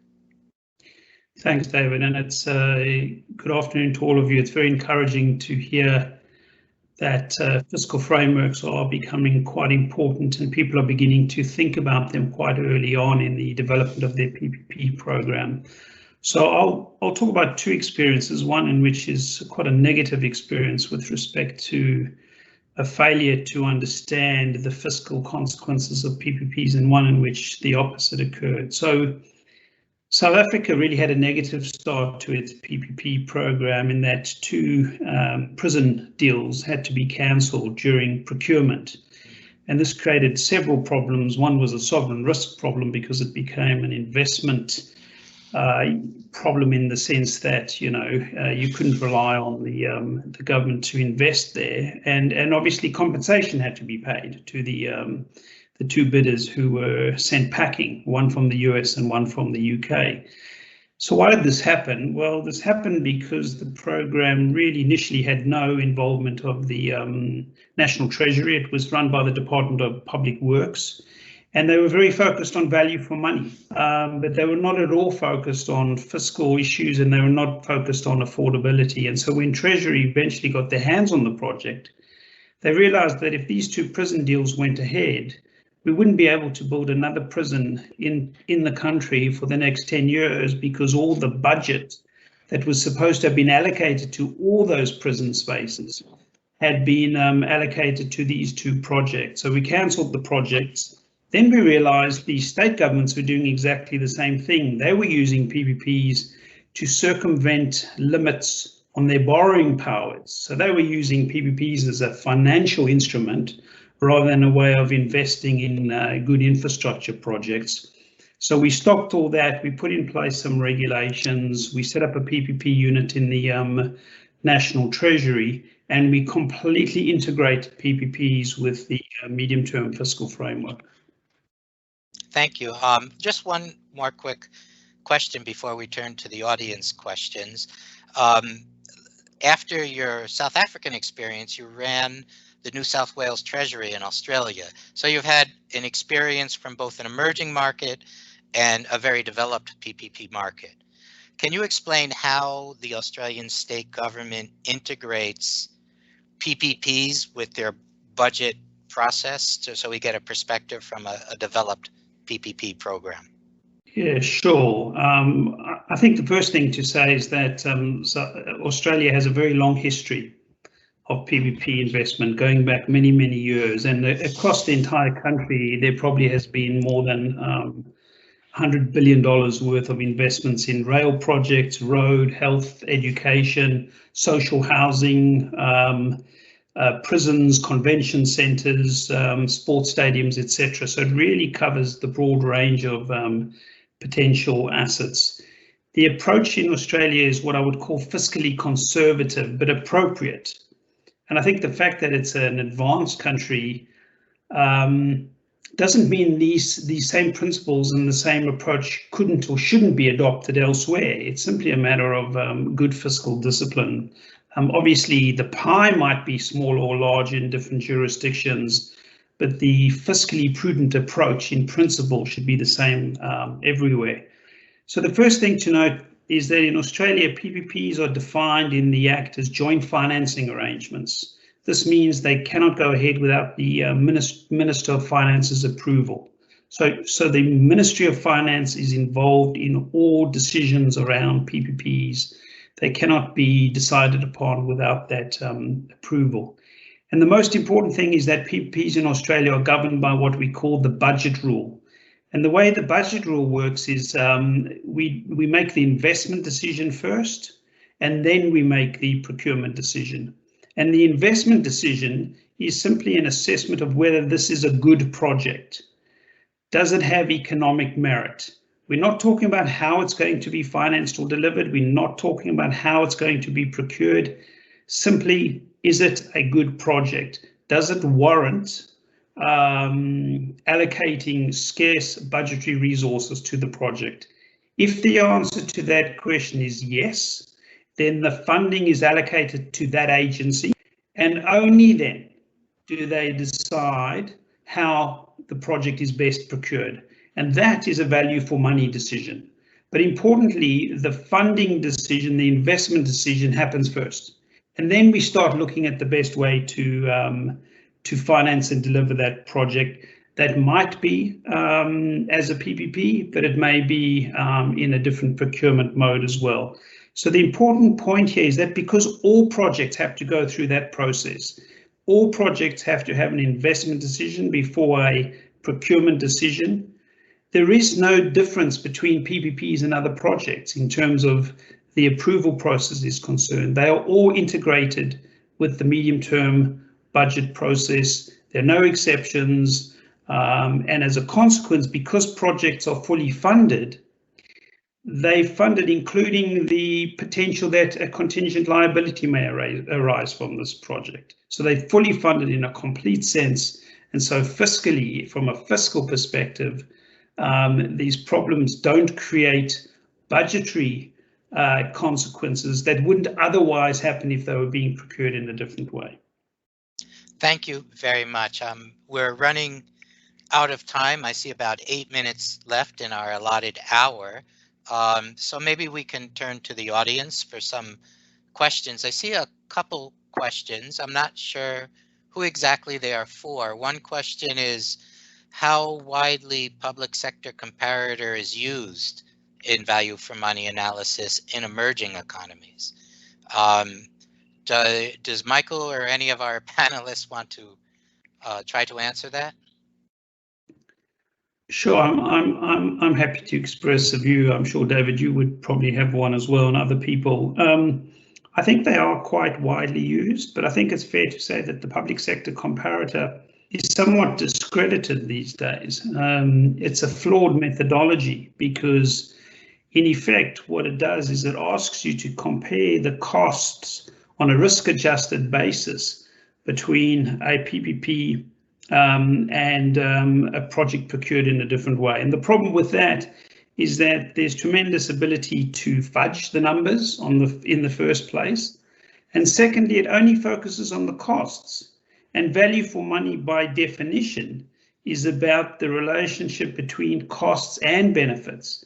So there could be a circumstance in which a higher cost project provides higher value for money than does a lower cost project. And the public sector methodology doesn't really allow for that. So there's some reforms around that get people to focus on the comparative differences in cost-benefit analysis across different types of delivery modes. But this is an evolving space, I think it's fair to say. Okay, I see Avag has his hand raised. Would you like to come in on that question? Yes, we need also to take into account the size and the liberalization of the market. In Armenia's case, there are some kinds of infrastructures that have never actually been public. For example, an airport. Airport was privatized early on, and there is not enough statistical data on creation of an airport as a public project. So the methodology has its own flaws when you're just taking into account a small market that doesn't have a lot of public projects. That needs to be taken into account too. That's why at first we considered it, but we are not using that for value for money. Thank you for that. I think that corresponds somewhat to what Michael was saying, but I see one more question, and I think we can take one more time, if that's okay with the organizers, for one more question. There's a question, I think this one, again, is aimed at Michael. I would like to know if flexibility has been incorporated in PPP projects, and if they have been utilized in any of the PPP projects you have worked on across geographies. I'm not exactly sure what flexibility they're referring to. Do you have a view on that? Well, again, I'm not entirely sure what they mean, but I can think of an example of flexibility in relation to toll road projects, certainly in Australia. And again, I don't know if this is the case all over Asia, but certainly where I think flexibility has been most prominent is in the recognition that in greenfield projects, this is true for transport projects, toll roads in particular, but it's true for greenfield projects more generally. It's very, very difficult to predict and forecast with a high level of certainty what the demand is. And so transferring the demand risk in projects where it's uncertain becomes very, very problematic. And often what you have to do is you have to issue a guarantee, a minimum revenue guarantee or something like that. And I think where there's flexibilities, there's recognition that the PPP model should adapt to recognize that there's this uncertainty, and there are creative ways of dealing with this uncertainty that are better than trying to pass that risk onto the private party that is not well placed to take on that risk. Thank you. I think we are almost out of time. I see some comments, but not necessarily questions from the audience. And at this point, I think I will turn the session back over to our organizers to wrap up. Thank you, David. I also have to thank all your speakers in your session. It's never easy to be the last session of online meeting, but it was excellent, very engaging, and thanks so much for ADB for putting it together. Excellencies, ladies and gentlemen, I would like to thank all of you for your participation and contributions, which has been essential to the success of today's event. And I'd like to note that this year marks the 4th year of the Infrastructure Financing and Public-Private Partnership Network of Asia and the Pacific under UN ESCAP. And due to the strong support from the China Public-Private Partnership Center under the Ministry of Finance of China, the network is not only influential in Asia and the Pacific, but also continually attracts countries from Africa, Europe, and North America.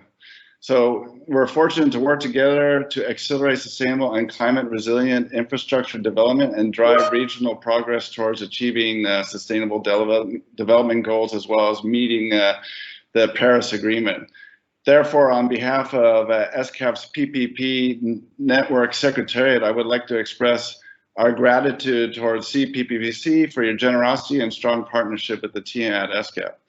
Also, in summary, I'd like to thank all the speakers for today's interactive dialogues that have highlighted the importance of mobilizing and effectively using PPP modalities for financing sustainable and resilient infrastructure in the region.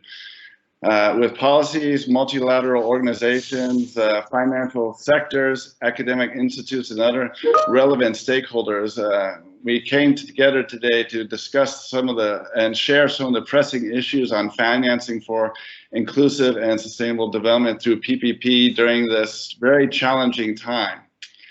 The dialogue has not only enhanced exchanging knowledge and best practice, but also coming out and sharing some of the challenges that some of the countries have faced.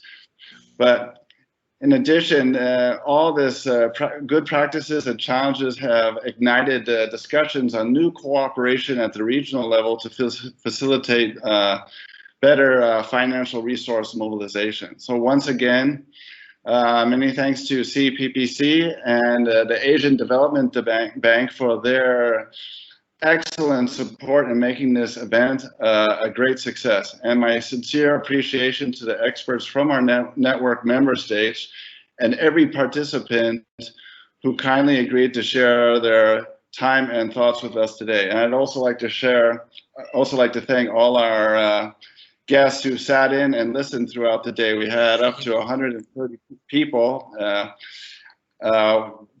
listen in on this event, and I'd like to thank all of you. So give yourselves a big hand because we have now reached over 4 hours on this event. Thank you so much. That wraps it up for today.